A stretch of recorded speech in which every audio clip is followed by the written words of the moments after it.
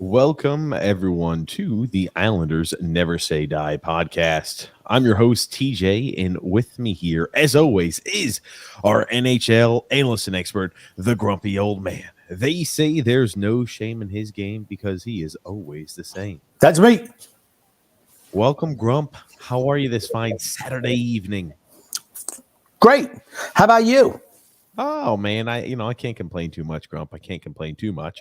For those who are new to the show, welcome. This is a twice a week Islanders podcast that happens every Wednesday and Saturday at 8 p.m. Eastern Standard Time. So if you're new to the show, we invite you to stick around a while. We invite you to subscribe on YouTube, to like on Facebook, and to follow on Twitter so you don't miss out on any of the action. We also do have a secondary podcast called TJ and the Grumpy Old Man. That is an all sports podcast. We talk everything sports. We talk NHL, NBA, college athletics, college football, college basketball, MLB, and I think I said NBA. Every single sport you can imagine we talk about and have a great time in doing so. It's called TJ and the Grumpy Old Man. It can be found in the link in the description below, or it can be found as a featured page here on our YouTube channel. If you go to the Islanders Never Say Die YouTube channel, you can find it right below as TJ and the Grumpy Old Man. That show happens every Thursday, 9 p.m. Eastern Standard Time, and every Sunday, 8 p.m. Eastern Standard Time. And also on that show, we sprinkle in a little bit of, movies and television and music and making fun of TJ, stuff like that. And, of course, the famous fan fight segment. The fan fight segment. Absolutely, absolutely. So make sure you give that one a look. TJ and the Grumpy Old Man as well. We're on later than originally scheduled today. Kind of gave last minute notice there to you guys. I'll let you guys know today. But we might have Daniel Friedman popping in here. He originally caught at least my attention because Grumpy has no social media presence at all. When he was talking about the New York Islanders, he was talking about, number one, the local writers and the people who write about the Islanders, and how the Islanders have this mafia-esque type grip on the media that prevents anybody from asking tough questions. Now, Daniel also there writes, he's a columnist, and he's written a few times there for Sports Illustrated, Bleacher Report, items of that nature. So we're going to talk a little bit about the Islanders Cartel Media, as Grumpy's got his shirt on. I think it should still work for him today, but if he does pop in, we'll make sure to add him into the show. But that's why we were running a little late today. And it's not, yes, I'm always one to blame TJ for running late, because it's usually the case. That was not the case today. Daniel Friedman said that, he couldn't get on till 8:30, and then he's here, Grumpy. Oh, well, there you go. We'll wait. We'll let him get all situated, but he'll be here today. So before you attack TJ too much today, I'm not. We're going to bury the guest instead. No, we're not going to bury the guest instead. Oh, good gracious. But man, there's a lot to talk about today. Obviously, we're going to be talking with Daniel a little bit about that mafia-esque type grip that the Islanders and the organization have on the media and the members of the media here. We're going to talk as well, Grump, the reason why Patrick Kane continues to get linked over and over and over and over again to the Islanders. The Cam and Strick podcast talks about it. They talk about how that Lou Lamoriello has this close relationship. Andy Strickland and Cam Janssen talk about how Lou Lamoriello, back with his Team USA days, had a strong relationship with Patrick Kane, and that's why he happens to be linked. So we'll happen to show that as well, Grumpy. As well as we have some of the uphill battles the Islanders have. We'll talk about this season. Would you trade any assets for Patrick Kane? I mean, he's in the last year of a deal. You need to re-sign him. What would you get? I mean, he's in his 30s. I mean, yes, he's a truly exceptional talent, but what would you give up for some? I mean, if you want to sign him as a free agent, okay, I guess, because he still has a high talent level at this stage of his career. But I'm not trading anything for him. That's just stupid. Here's the thing. If you're in a spot to where come deadline time, you're in legitimate playoff contention, you're on the playoff picture, I understand that, hey, we do need to go all in at that point. I would be down for that, Grump. So what would you trade for him? You're They're gonna not have going to to, give you're him gonna away. have to give a first round pick for a guy like Patrick Kane, No, wouldn't you? no, no, no, no, no, no. Hold on. Let's let's not blow our load early on this one, huh, Grump? I'm just You saying. brought it up. Oh no, I'm just saying we're going to talk about that today, and that's you wondered why is Patrick Kane continually getting linked to us? Apparently, it's because of some loose relationship that Lou and Patrick Kane had back there in the Team USA days. It's because there's nothing. They have nothing else to write about. It's tough being a writer for the Islanders this offseason. It's tough doing 2 podcasts a week on the Islanders when they do absolutely nothing all offseason. It's tough. Believe you me, it's tough. We've had to speak with guys like Tommy Baffy. How desperate are we? Grumpy, stop.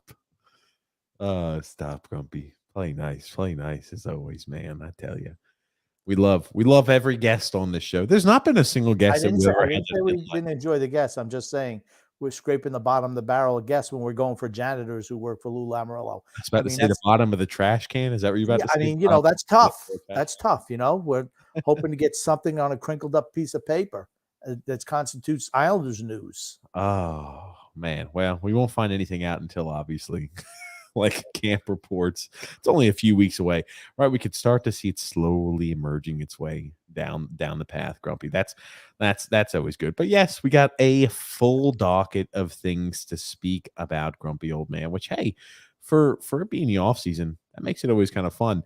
And then we could talk about NHL tonight. They did this was back in I think late August, but I just got around to seeing it now. They talk about predictions for the 2022-2023 New York Islanders campaign, and that ought to be fun watching with you, Grumpy. I agree. Should be fun for me. Oh, good gracious, I tell you. But yeah, I'll take a deep dive real quick. Let me pull up this video here. This was from Cam and Strick podcast linking Patrick Kane. I guess since you already want to talk about it, that's fine, Grumpy. Why steer it away from that area? We could talk. You said there was a full docket of things to talk about. We can talk about anything. There are, but these are easy little topic conversations. I don't anticipate it. I mean, when you're asking questions like what would I be willing to give up for Patrick Kane, you have to assume he's a trade deadline guy. But this is why Patrick Kane gets linked to the Islanders, and I feel like anybody can make these baseless claims or hey, this is what and this is how they start, right? They start off with one person pontificating, oh, well, he's got a relationship with Lou, so maybe they're a good fit. And then it starts with people writing articles about it. Oh, this makes total sense for the Islanders to go after Patrick Kane. And it just it works its way that way. Okay, so Patrick Kane, the rumors are just like floating around in terms of where he's going to go. Let me give you a team. I'm not going to sit here and say this is 100% going to happen. The New York Islanders. Oh. And people say, well, the Islanders, man, all they did was take care of their own business in-house this past offseason. They didn't go out and get anybody. People questioning Lou, all of that. But I hear that he and Lou kind of have a relationship that goes back to all their time spent together with USA Hockey. I bet a lot of people Olympics, World Championships, World Cups, all that type of stuff, Cam. So we've heard that from all the big dogs who played in the 90s, you know, just from having like that one experience or maybe 2 experiences being around Lou, that relationship that they had with him forever from playing in the World Cup back in 96 and maybe in Olympics, all those guys speak so highly of Lou. So could Lou convince him to come to the New York Islanders? They need something. Grump. Okay. All those guys who talk I'm not about saying Lou, it's 100. I'm not saying it's 100%. But the New York Islanders, and when they see shit like that too, fans are now going to have their hopes high, thinking to themselves, the Islanders are big in on Patrick Kane. That's why we didn't do anything in the offseason. What we're going to do is we're going to make sure we could save up enough cap space because we have that little bit of cushion. We're going to have Chicago retain half of the cap hit on Patrick Kane, and we're going to add him to the team at the deadline. It's going to push us forward to a Stanley Cup. Patrick Kane and Matt Barzal, Grumpy, all we have to do now is just wait till the NHL trade deadline. And everything's going to be golden. By that would be 20 points out of a playoff spot. It's not going to matter anyway. I just find it laughable that all these guys from the 1990s, 1996 Olympics, they all speak so highly of Lou. That was 25 years ago. George Washington was a really great president. Yes, 200 years ago. I'm sorry. The game has passed Lamoriello by, just has. Sorry, cannot keep up anymore. Nothing wrong with that. He's in his 80s now. Yeah. I mean, it's not a crime when you could just say, you know what? He's done. He was successful in the 90s, absolutely into the early 2000s, absolutely was. Those days are long, long gone. Long gone. You know what I almost want to do, Grumpy? I want to get a poll and the opinion of the people. I want to hear what the people have to think about if Patrick Kane is a good fit here on the. Well, that's one of those loaded questions because all the off the ice stuff too. I'm just baffled, honestly, where this Strickland character is saying, well, these guys, who played on the 1996 team, they really speak so highly of Lou. Who cares? None of them are playing anymore. They've all been retired for 15, 20 years, right? Those statements just prove to me everything I've been saying all off season. That was a long time ago when he was a success. A long time ago. A long, long time ago, man. A long time ago in a place far, far away. A long time ago. The swamps of Jersey. Oh my goodness, man. So that was number one, Grumpy, on the docket that I wanted to speak a little bit about today. And number two, and this is a little bit older, so maybe some of you have seen it, but I know this is Grumpy's, I'm sure, first time listening to it, but talking about what are the projections of the New York Islanders for this upcoming season. We've talked about it, right? We're kind of shifted. It's no longer, hey, we got to worry about all the doom and gloom, etc. Right? It is kind of what it is. But what are the projections? What are our expectations? Right? As a fan, I'm in a spot to where I want to see the Islanders obviously make the playoffs. Anything less than that is disappointing again. And it's kind of shitty that, right, our expectations last year were, hey, we need a trip to the Stanley Cup or bust. And now all of a sudden we're downgraded to, I hope we can make the playoffs. And then when the playoffs happen, anything can happen. You never know. I just hate that that's the mindset that we have as fans now. Are we going to just listen to this all the way through first? Do you want to? And then rewind it and critique? Yeah, we can. I don't know. Here's the thing. There may be statements that kind of drive you over the edge. Well, yeah. I'll try to restrain myself. Stuff, noises like that without, Hey, Kofi. There is one distinct change, and that's behind the bench, right? There is no Barry Trotz anymore. So Lane Lambert, I know, different voice, but kind of the similar voice, but based on their togetherness for so many years. It's so curious because this roster was built to play for Barry Trotz, right? And when they play for Barry Trotz, they're really pretty good doing so. So you hire a guy who has so much time and experience with Barry as an assistant. Is it going to be any different? If it's not going to be different, why wouldn't you just have Barry Trotz there? Because he's already proven to be successful. And then if he is substantially different, does this roster play well under a really different, not about Lane Lambert, the coach. He's going to be excellent and all the things he'll have to do. But just, if it's not going to be a change, why make the change? If it's got to be a massive change, Rutherford, does it fit the roster? Right. And I think a big thing that Lane Lambert's going to have and does have on his plate is how can we play faster? With that being said, they don't have the fastest personnel. We're not fast. So there's that. They got to figure that little puzzle out because this team, that is the one thing I noticed from them last year, putting all those other excuses aside. They were a significantly slower team last year than what we've seen in the past and just comparatively speaking with other teams in the league. So they were slower because they had 13 games on the road to start the season. That's why they didn't move. You realize that thing really echoes. Okay, I'm sorry. What do you I'm mean? just telling you it's echoing. That's all. Okay, well, we'll try to get through this. Sorry. That's going to be the challenge here, and I agree with you. The roster, it's an aging roster, but I also think this is a roster, a tight-knit group. They will have some pushback here, so we'll see what they do with it. I think one of the most important things he has to do is unlock Matt Barzal. Like, we all see Matt Barzal, and we know he's already had really great years in the NHL, but it almost seems like there's more there. There's more there to his game offensively. And whether it's under Doug Weight, but that was too much. Like, too skewed to just go play offense and don't worry about anything else. Like, you got to find a way to do both. He's unquestionably good enough to be, a good two-way centerman, but also find a way to play faster, which is Matt Barzal. His game, got to get the right wingers, and if they get him as the centerpiece, number one guy, and they can have Brock Nelson underneath him, they have good players. Yeah. But I think Matt Barzal can't be a 67-point player. he's got to be an 87 or 97 point player because he's good enough to do it. Eastern Conference Final, 2 of the last. Ugh. So grumpy. You want to hear the last little bit? Hold on. No, I don't need So to. we'll see how it plays out. I figured you wouldn't like that little last part, Grumpy. But yes, would you agree? Matt Barzal has got to be a guy who is an 87-point player this next year for us to be successful. That's what his talent indicates he should be. But when you're skating out there all by yourself on the first line, and when your options are bringing in a Zach Parise and putting him on the first line, I mean, okay, he was a healthy scratch for Minnesota 2 years ago. He was a third liner on this team last year. Really is a fourth line player at this stage of his career. You want to put him on the first line. Who are you going to put on the right wing? Kyle Palmieri, the F-, the failure from New Jersey. I just until you get better wingers, what do you expect from Matt Barzal? That's another point too. It's hard. It's hard to expect, huge things from him. But Grumpy, let's go ahead and bring Daniel in too to hear about this now. Daniel Friedman, as we were speaking about before, and we'll talk obviously about that recent clip, and then we'll talk a little bit about the Islanders Cartel Media. Grumpy, I love that you got your shirt on too. Daniel, welcome to the show here, Daniel. Daniel Friedman. It looks like he's in witness protection over there. He must be a member of the Cartel Media. Thanks for having me. No, it's great. It's great to be here.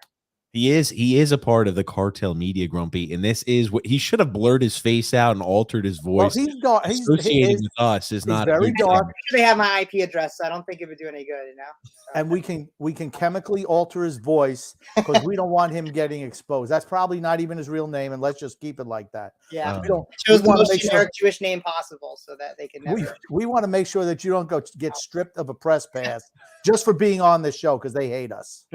Appreciate it. Good gracious. But Daniel, I know we've kind of talked all off season long a little bit about, expectations we had for the Islanders. You spoke out a little bit against I would say the media for not calling out the lackluster off season. And I kind of wanted to get your take on that. And I'll pop some of those tweets up. And I'll be honest with you. That's originally how I came across you. People had tweeted like, because we have always been very critical of the media not calling out and not being dubious when it comes to certain items and not being critical of Lou Lamoriello because they're so happy that we have had a few years of success, at least relative to past and prior failures, that I'm just like, why are we're loving every minute of this. And again, it's still the goal is to win the cup, not to be a playoff caliber team, not to be a team that, hey, we're making the playoffs year in and year out. That's not the goal. The goal is to win the cup. You were critical of the media for that. And again, I guess they're just sick in infantilized love for this guy, Lou Lamoriello. Yeah, I don't know if it's that. I mean, listen, I've even when I was in the press box, I've always kind of been someone that's just not been afraid to call it like I see it. So I wasn't about to do that. And when I was covering the team, I mean, it was some lean years, it was some bad times. It was right like around I remember the Molson Vanek trade, a bunch of things. Like it was not, they moved to Brooklyn and that hadn't been working so well. And it was some bad stuff.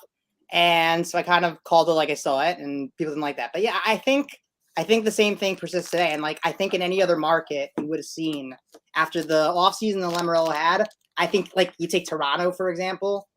And I don't think that's an extreme because I think that's actually kind of, I know they take it to some extremes, but like, even if you go to Chicago, you go to other big markets, like this guy would have been skewered for the offseason that he had or didn't have, I should say, honestly, because he barely had one.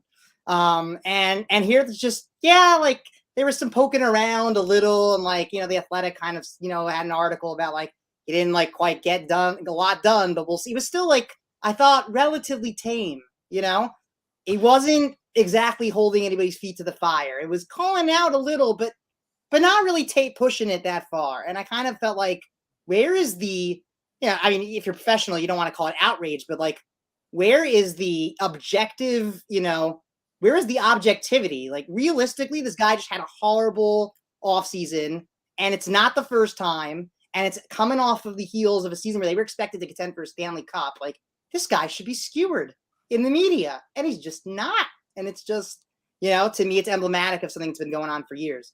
So it's in New York too, right? It's not like we're talking like, hey, we're an NHL team in Kansas City or the Rangers.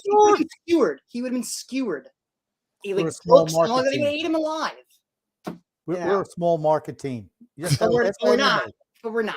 Just you ask know? anybody. Everybody in the organization will tell you we're a small market team. Right. But you know what? Even if it is a smaller part of New York, New Yorkers are still New Yorkers. And so, if you've got a bunch of New Yorkers covering the team, they're going to be opinionated about it unless they're told specifically not to. And that's kind of how I feel. So, something's going on there. Oh and no, we reading agree. the tweets. Oh yeah, Grumpy's just being a little facetious. But reading the tweets again, this is what originally, or I found Daniel is, and people had sent this to me, and always thanks D-Cut. Grumpy, do you know who D-Cut is? Some guy named D-Cut sent this stuff to me, and a few others, but D-Cut sent me some of these tweets that said, "Look at these. He's calling out the Cartel Media like you guys do." Who's D-Cut, Grump? He's the leader, one of the leaders of Isles Misery Rated R. It's a Islanders Facebook fan group. Great. They're big fans of the grumpy old man, not so much TJ. He tries to stifle their creativity. I do.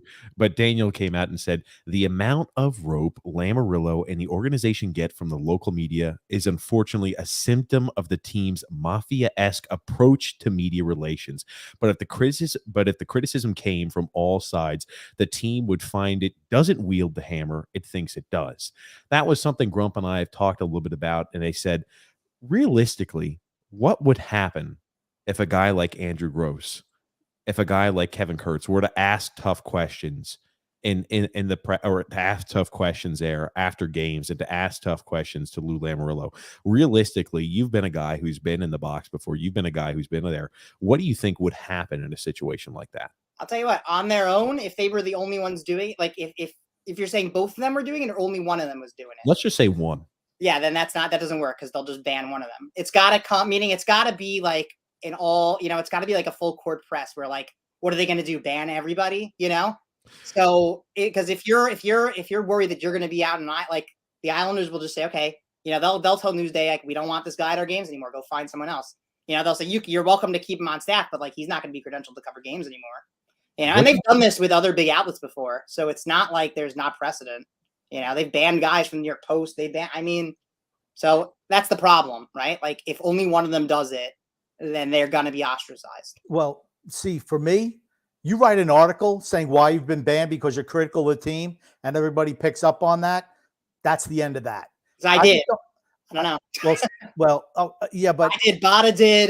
Lots of people did. And remember, Chris Bada got banned. That guy worked in their PR department for 30 years. I remember. Like, the rules are out the window. It's crazy. I just think, but Bada wasn't writing for Newsday anymore. No, he wasn't. It's got to be Gross or Kurtz. It has right. to be.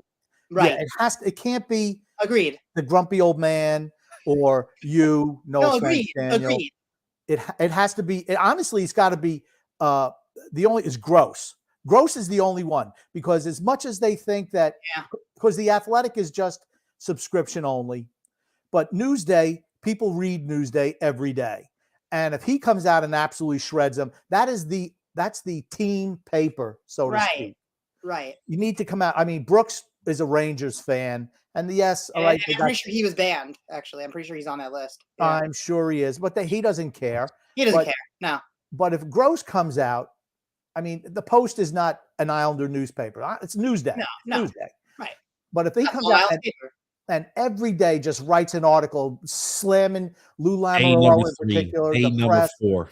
That's right. They banned me because I asked him a question about his failures to do anything this offseason. People are going to read that and go, well, yeah, we all believe that. I think you should go and pick at the Islanders whenever you go to games. That'll get them. Go to ESPN. Get on ESPN. Tell them. Those are the type of things that make it happen. But everyone wants to kiss Lou's ass. His wrinkly 80-year-old ass. That's what they all want to do. Not on this show, Daniel. Not on this show. No, I agree. Listen, I also think there's a difference between the guys who are just beat writers and the guys who are columnists. And that's where I think a guy like Kevin Kurtz comes into play. Because he's not there to just write about what happened in the game, which is what Gross is more or less there to do. Like, whether it's good or bad, he's there to pretty much just watch the game, tell you what happened in the game. Maybe he'll ask maybe you could say he should ask some tougher questions at press conferences. Agreed. But like the articles he writes are mostly just going to be, this is what happened. It's not going to be, this is what I think about what happened, because that's not his job. Kurtz is a columnist. It's his job to be opinionated. It's his job to say, this is what I think about it. And that, so I get on him, I would get on someone. And again, like, I think he's a good guy. I know him a little bit. I've gotten to know him a little bit over the years. So I don't want to throw anyone under the bus, but like, if it's anyone's job to be more opinionated, it's a guy like that, because that's what he's supposed to do. Right. Like Gross, I can understand a little bit more, although again, should be asking some tougher questions in those press conferences, which nobody ever did. Nobody. So, I agree with you there. But yeah, it's the kind of thing where I'm sure he's also worried, right? Like he's got a job, he's got a paycheck, and he's got to protect that. And, so if the Islanders, ever were to call him out and and if that were to become a threat to, his livelihood, changes the game a little bit, I guess, Yeah. I can respect that. I can understand it. But again, like if you're at a point where like it's run in such a way that someone's scared like that, they can't, call like it is, you have a problem. It's a systemic issue. It's called being a journalist. If you want to be a journalist, you write about what you see. If you don't, exactly. don't. If you want to be a shill, right? If you want to be a shill for the team, if you want to be an enemy of the cartel, you join the grumpy old man. If you don't want to, just be a shill and just kiss butt. Yeah. So I would say this predates Lamorello by many, many years. This is kind of a directive, and I think it kind of like spruced up from. I think it really like started. It was a reaction to what happened in the mid-late 90s, where the team just became such a laughing stock.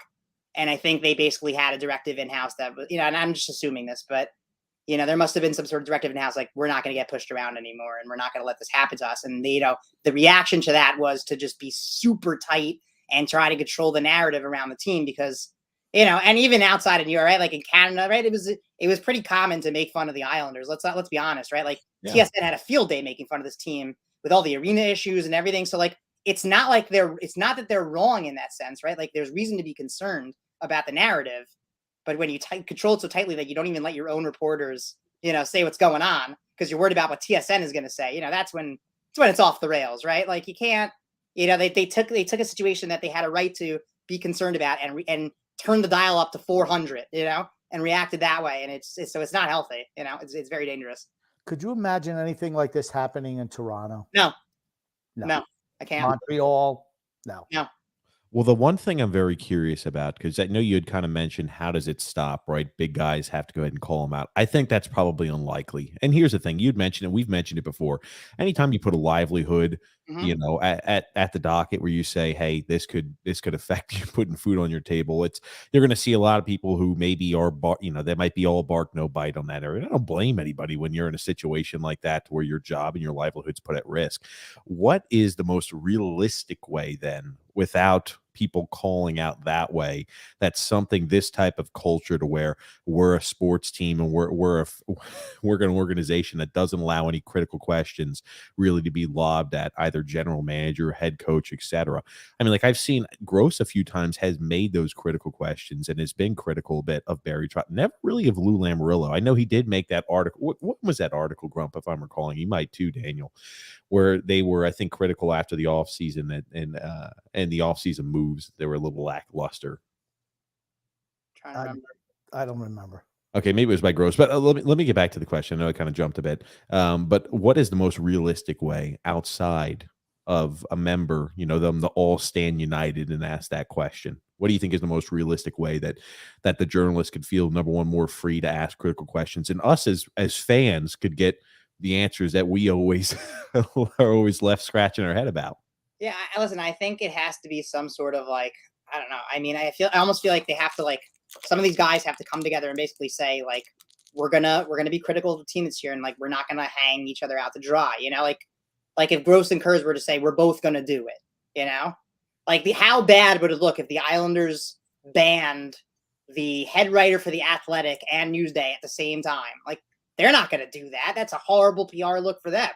It doesn't matter what they think of whether it's deserved or not. So if it was to become that type of situation where both of them knew that they weren't going to be left out on an island to dry, and singled out for it, then that changes the game, I think, a little. And once the big guys are doing it, then the littler guys can start to feel like it. Because I remember talking like the blog box guys, and they were like, I'm not touching this, because they were terrified. I mean, they were there, they were pretty much there, by invitation to the team. So like, they're not going to say anything bad, but, and they certainly, they saw the, they saw that like Staple and whoever weren't saying anything bad, so they sure weren't going to say anything bad. I mean, I rightly or wrongly didn't feel this way, but I didn't get that message, but but they felt like, okay, so this is just not how things are done around here,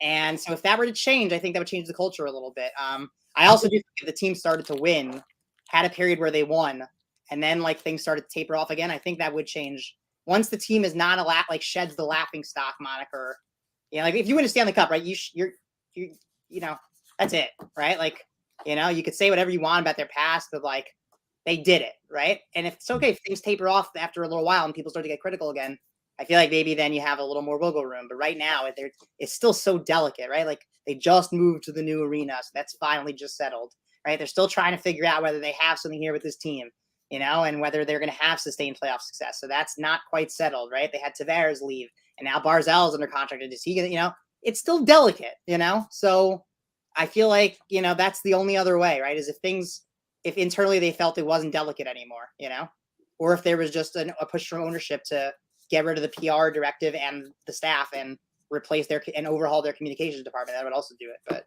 those are the only things I can really think of.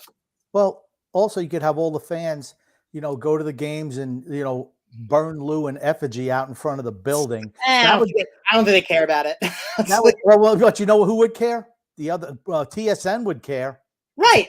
And right. That would only strengthen their belief that like they have to control the narrative more, though. If we had somebody like you who'd go out there and say the fans are just so unhappy with the direction that Lou Lamoriello was taking, like the false narrative that they all push now, that Lamoriello has always been a super genius, waiting till 2 weeks before training camp before announcing any signings. That's just been 2 years. Right. Because he's failed so miserably. Exactly. People are stacking like this is the first year this has happened, and it's not. It's just not. This should have been taken care of last summer. I've always had another question I've wondered. You've rubbed elbows and you know that. How often, because I see certain articles, and again, not naming names, not doing anything like that, but you look at them, you say, there cannot truly be somebody who is that optimistic about how certain things transpire. And I see them written. I really do wonder if I'm like, because we talked about it before.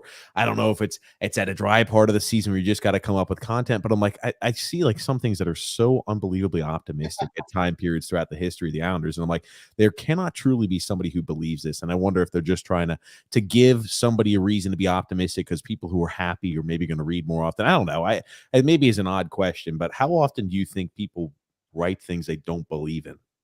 So I think there's definitely some of that going on. I think some of it is, a little bit like they're just trying to put, like keep people off the ledge. Like there is something to that of saying like, hey, there's a rational explanation why they might make the playoffs this year, or like, it might not be as bad as we're saying. Like, okay, that's one thing, the constant like rose tinted glasses is where you get me, where you lose me. It's like where nothing bad can ever happen. And every article is like, this is why it's not a problem. And this is why this is justified. And this is why, and, I think when you see the patterns, that's when that starts to bother me, like the one-off, like, okay, there's a time and place for that a little bit, Yeah.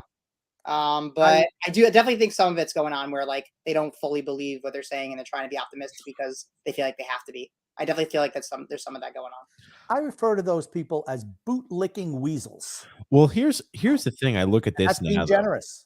I look at this now, Grumpy. I have a different level of respect for them. Maybe. Here's the thing. Now I can put myself in their shoes. Are you a journalist? Okay. Or not? That's okay. You That's the thing, either right? want to You be may a put on journalist or facade. you don't. Maybe they put on a facade that they do, and maybe they do want to ask the real questions. But in the same token, they've got to make sure that they feel like, hey, I'm the guy who's got. There's so many people who are negative out there. I've got to be one of the positive guys. I'm not saying it's right, Grumpy, to not be honest with your besides this show, how many negative? Anybody says anything negative about the Islanders? I don't hear anyone. Very Just few. us. I gotta tell you, like I remember like those press conferences after the game with Capuano, and like the same thing would happen every press conference after they'd lose. Okay, like Stan Fisher would be offside and he'd say something like, "So, coach, didn't go the way you wanted it tonight," or whatever. And then Staple would ask some random question that was not important, and then I'd be like the asshole in the front, saying like, "Hey, well, why don't you take a timeout with 2 minutes left in the third period?" I'm like looking around like nobody else was gonna ask that question.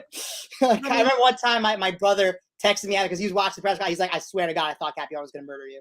Like, he just looked at me and like give you a bit of a death stare, But like I don't know, no one was asking these tough questions, and it's like and it was at that point where there's like a pattern of like of poor time management and decision making. I was like, okay, I think now's the time to ask, but nobody and I still don't really see tough questions being asked, and I feel like with Trotz, you have to give a guy like Barry Trotz a little more benefit of the doubt. Like he deserved that, and I probably would have kept my mouth shut with a guy like Barry Trotz. Capuano didn't deserve any benefit of the doubt. That guy was brand new. He barely coached a day in the NHL. So like as far as I was concerned, the guy just didn't know what he was doing, and he hasn't been hired as a head coach since. So, I'm wondering if that's the case. For me, no one gets the benefit of the doubt. If you're asking a question of why didn't you call a timeout with 2 minutes to go, that's not a tough question. It's not. Not a tough question. It's not. Maybe tough questions are, why are you playing Josh Bailey on the power play when he won't shoot the puck ever? Right. Every single day. Why is that guy on the power? How does he make it to the first line? How does a piece of shit like that somehow get to the first line when he's hanging around the boards waiting for his mom to give him his juice box after every shift? Would you ask a question just like that? Now, Would you that's ask a question just like I definitely wouldn't have phrased it that way. That probably wouldn't have gone well, but Hey. just guessing. You probably get some laughs. Not over well, but Lou, I get it. Here's the thing, Lou, you said 4 years ago, you and Barry said, we're going to have to improve our forward group. And you've done nothing but bring in B, C level talent. And you think that you said that we needed snipers. We needed big goals. Where are they? Where are they? And look who you bring them in. Can you tell us why you have not done that in 4 years? Can you tell us why you said Stanley Cup or bust and you didn't make a move last offseason or this offseason? Right. And you know what? Like, I don't mind that I don't know how many opportunities people have had to ask him that question because he doesn't really make himself available to the media. Again, what really bothers me, and I think, and you guys touched on it as well, is that nobody's even written about it, right? Like, at least not in that way. Nobody is, I don't want to say attacked, but again, like, nobody's been overly critical. Like, he should have been skewered, in my opinion. I think they're scared of him. I think they're terrified. I don't think it's him. I think it's the organization. Because they were scared of writing negative things about the Islanders before he ever showed up. So maybe this adds to it because Lou has that mystique. But it was definitely like a problem before. When Garceau was GM, people were terrified of writing anything bad. Hey, what did the Red Sox say, about destiny and mystique? I think they're working down stripping at at a mall. They ride a pole. Maybe that's the same thing that's going on here with Lou Lamoriello. I don't know. I don't know. It's funny. Like we were all like, feel like the whole offseason, we're all kind of like explaining away the silence of like, well, that's just how he works. He works in the shadows. It turns out like he was just doing nothing. Exactly. Turns out it wasn't any shadows. All these people had said that yes, he's playing this. He's one step ahead. He's like playing chess while everyone's playing checkers. Meanwhile, he's doing nothing. He never opened the box. And they never changed after that point. They never. And here's the thing: like I think for a lot of these people who write about it, if they would have come out and said, "I really did think this was the case," but after multiple time periods throughout this offseason where I've been proven that maybe Lou wasn't playing chess and everybody else was playing checkers. Maybe Lou just miscalculated his off season. Right. I think that we have got to be critical. The fact that they won't even come out and say maybe Lou isn't as fantastic, and they quote, "Oh, 2 General Manager of the Year awards. He's fantastic. He's done good things. We've talked about the good things he's done. He has. That's a shame. He has. I think he served his purpose, though. Right? He brought respectability. That number one, he brought respectability back to this franchise, which is something that only an unbelievable hockey man would be able to do like that, to bring us back from the depths of a laughing stock. I think we've started to shed a little bit of the laughing stock. It's going to take a while, for sure. But we brought respectability back to the team. He brought in Barry Trotz, was a huge accomplishment he was able to bring in Sorokin. Those 3 things alone were the biggest things I think he's ever done as a general manager for us. And I think now, right, I'm looking at the trades he makes and I'm looking at the way he's leading our team, right? We're an older age team and we continue to head that direction, except this offseason was nice getting a young defenseman, Romanov. Yeah, that was nice. But, we're a team that, again, I look at the trades he makes. I don't necessarily think we win a lot of those trades. I'm ready to kind of move on to the next phase. I don't think he's a guy who, if at this year, the trade deadline, we're out of the playoff picture, I don't envision a guy being 80 years old saying, yeah, let's go through rebuild. I just don't see that being him. I see him saying, we're close to the playoffs. Let's buy in. Right. Yeah, no, that's the worst thing they could do at that point. But I agree with you, TJ. he served his purpose. He brought structure to the organization That first too, and structure. foremost from the top down. And also bringing in Trotz was the best move that he did. Another guy, rock solid reputation. Players bought in. Okay, these players are done now. That group of players is over. Their time in the sun is over. The fact is, he should have started to make a transition away, because this is only going to last for so long. Because when we don't make the playoffs this year, like we didn't make it last year, well, then people are going to say, well, now what are we going to do? We're another year older. We keep on trading away first-round draft picks. We have no one coming up through the pipeline. What are we going to do? Then you're in real trouble. And I have a question for you, Dan. Do you think this is his last year as GM? I know it's the end of his 5-year contract. Do you think ownership's going to want to invest even more in a guy who's in his early 80s, or maybe hand it over to Fredo Capuano down in Bridgeport? I do think it's his last year.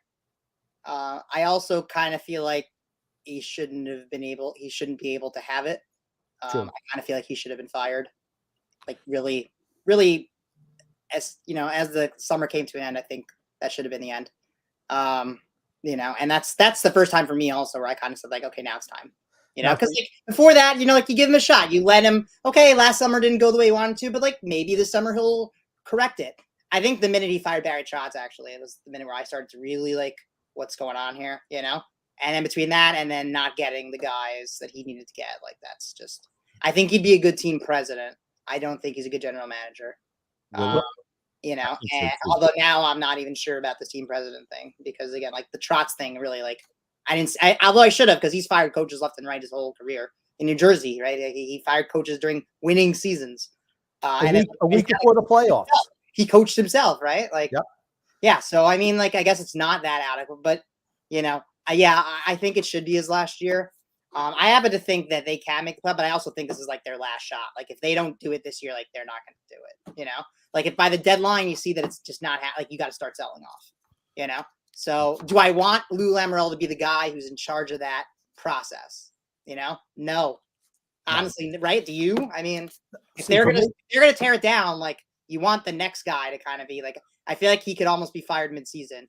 Like like the Penguins did with Ray Shero, I feel like. Right. And they got rid of him mid-season, and they let the next guy kind of be part of the retooling process. See, what I thought the Islanders should have done is they should have brought somebody in, even last year. I've been talking about this for 2 years. Bring somebody in, a young mind who's familiar with today's NHL from a team like Colorado, Tampa, and bring them in and groom them. Say, okay, Lamoriello is going to be here another year. We're kicking him upstairs. You're taking over the role. Right. But we want you to learn under him. Agreed. It was so easy to do that. Yeah, I kind of felt that way too. Yeah, I felt like he should have been stepped back to team president, and then they should have hired someone as a GM, a little younger, knows the game. Agreed, totally agreed. And I think that would have avoided a lot of this. But because he's insisted on being the GM, he's on the hot seat now, and he just doesn't get it. I think he's just not. For me, he just doesn't know what the game requires today. I think, and it's not even so much how the game works; it's more how the business of hockey works. Yes. It's not that he doesn't know hockey; he knows how the modern game of hockey is played. But he thinks he's playing this game, and the GMs around him just are not playing the same way anymore. And he's holding out all these cards, and like I'm not going to tell anyone about my signings and everything because I don't want to announce it. Like nobody gives a crap at it. Like.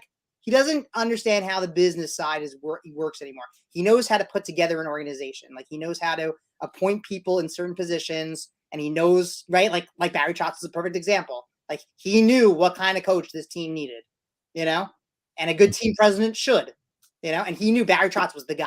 You got to get him, Now when it comes to getting players, it's a different story a little bit, you can have a vision, you can have direct, but let someone who's a little younger, who's a little more familiar with the day-to-day of modern NHL, deal with that, and you can give your advice and you can be there to, to guide a little bit, but let that be his call, I think that's how they should have done it. I totally agree.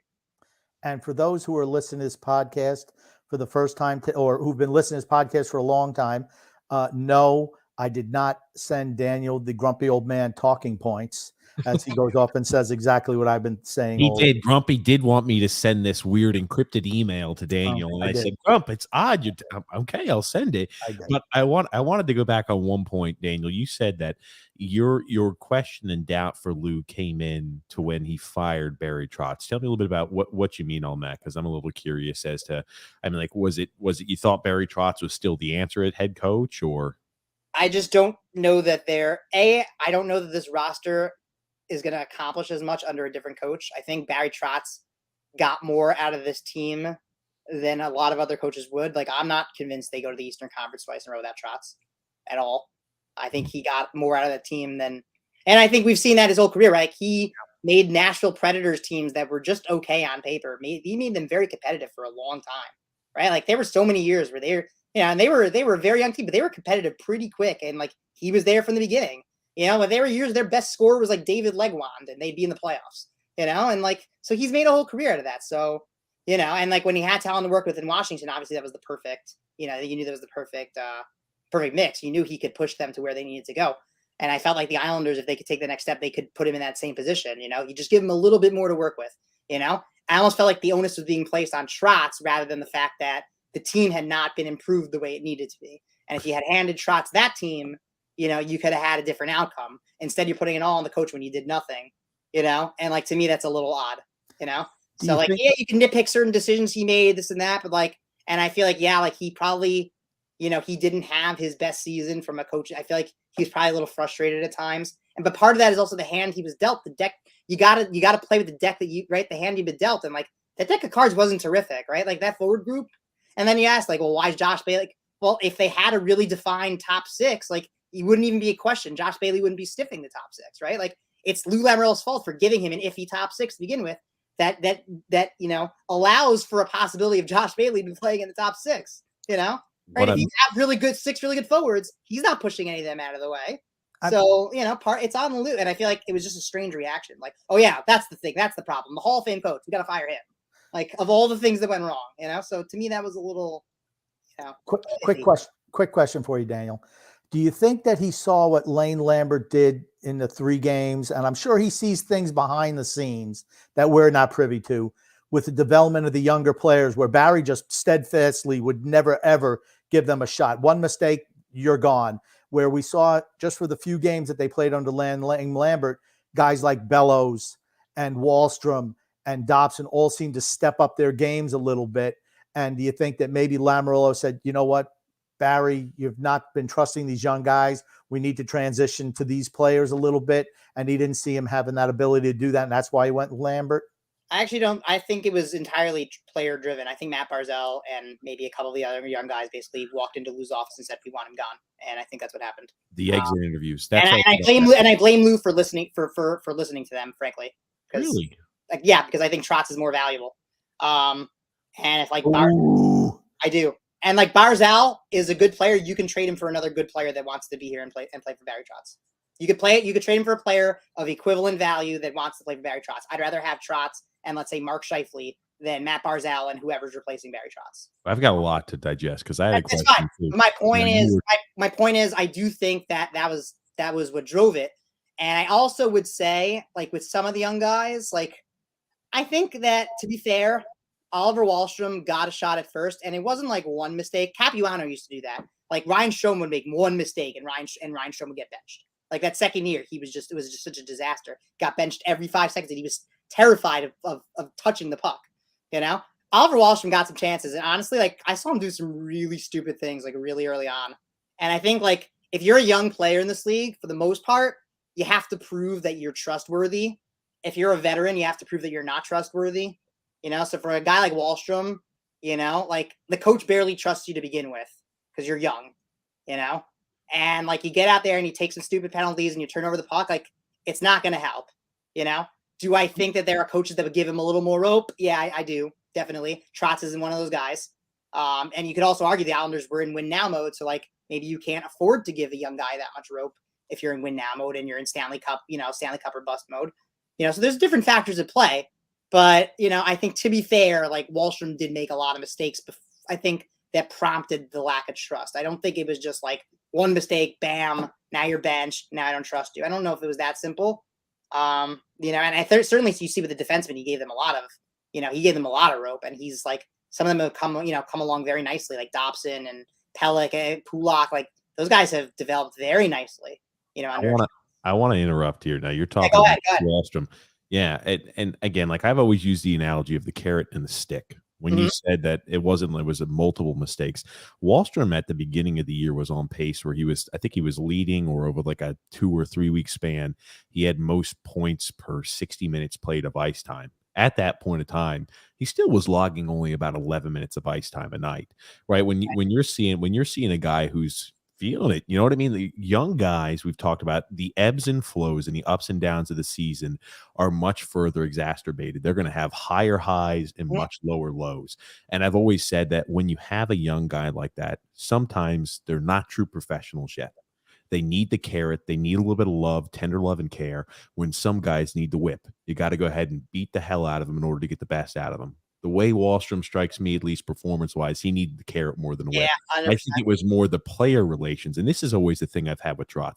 I think the relationship with younger individuals, just like you had mentioned, I think which drove them to that exit interview, I'm not too thrilled playing underneath Barry Trotz. And I think that a lot of players, and you just look at sports across any gambit of sports, you're thinking yourself, the players have a lot more power now than coaches used to. And that's the unfortunate nature of it, where you want to keep the star player happy. Otherwise he can leave and say, gotcha, I've got enough talent, I'll go somewhere else. Right. No, I agree with that. I definitely think you see that, especially in baseball. Like, you have a lot of player-friendly managers these days. It's a trend across sports. But I also think you still have a job to do, right? Like, you got to be the coach. So, like, there has to be a balance. It can't just be, like, oh, guys, all right, go out there, do your best. Whatever. Remember, you're young. It's fine if you make mistakes. Maybe a little more rope. But yeah, a guy like Barry Trotz isn't really going to give that kind of rope. And I guess for me, you're benching guys like Wallstrom or even Bellows. Here's the thing, I'm not saying Bellows is great, but never really given a legitimate shot a legitimate shot. I hear. And look at the guys you're playing. They're finished. Their level is here. It's never getting any better. Right. I'm willing to roll the dice on somebody who has a higher upside, even if it's one guy at a time. Right. And for me, like I said, it's frustrating. I know here's the thing, like both of you have agreed with, players today are different than they were in the past. Absolutely. Yeah. And you're never putting that genie back in the bottle. That's never happening. No. Those days are a long time over. You see it in European soccer. Kane never coach in the NHL today. No, absolutely not. And you're seeing, European soccer, NBA, MLB, NFL, they're all the same. The players have so much power now that the coach is almost, I'm not saying an afterthought. In the NBA, they certainly are. But you're seeing that the coach, while important, is never more important than the player. Right. TJ and I have had that discussion numerous times. You would never have a mutiny back then. And another thing, too, I wanted to bring up, you were talking about the firing of Barry Trotz. I've always thought that you said he only can use the hands or the cards that he's been dealt. Now, I've always, and Grump and I have talked about this, I think that the relationship between general manager and head coach, especially Barry Trotz, was for the most part, a good one. Yeah. Until this last season. And I've always believed, if you look at Barry Trotz and his history, he has a proclivity of playing older players. And I think that the players that Lou Lamoriello went out there and got were tailor-made for what Barry Trotz, and there were, I think it was a relationship where it's like, hey, it's not like I'm bringing XYZ in, here's what you have to work with. I think they were on the same page with a lot of these. And I think that first initial kink in the armor started. Here we go. Watch out. Watch out. It first started when you flip it back now 2 years ago, the first time they made that Eastern Conference Finals.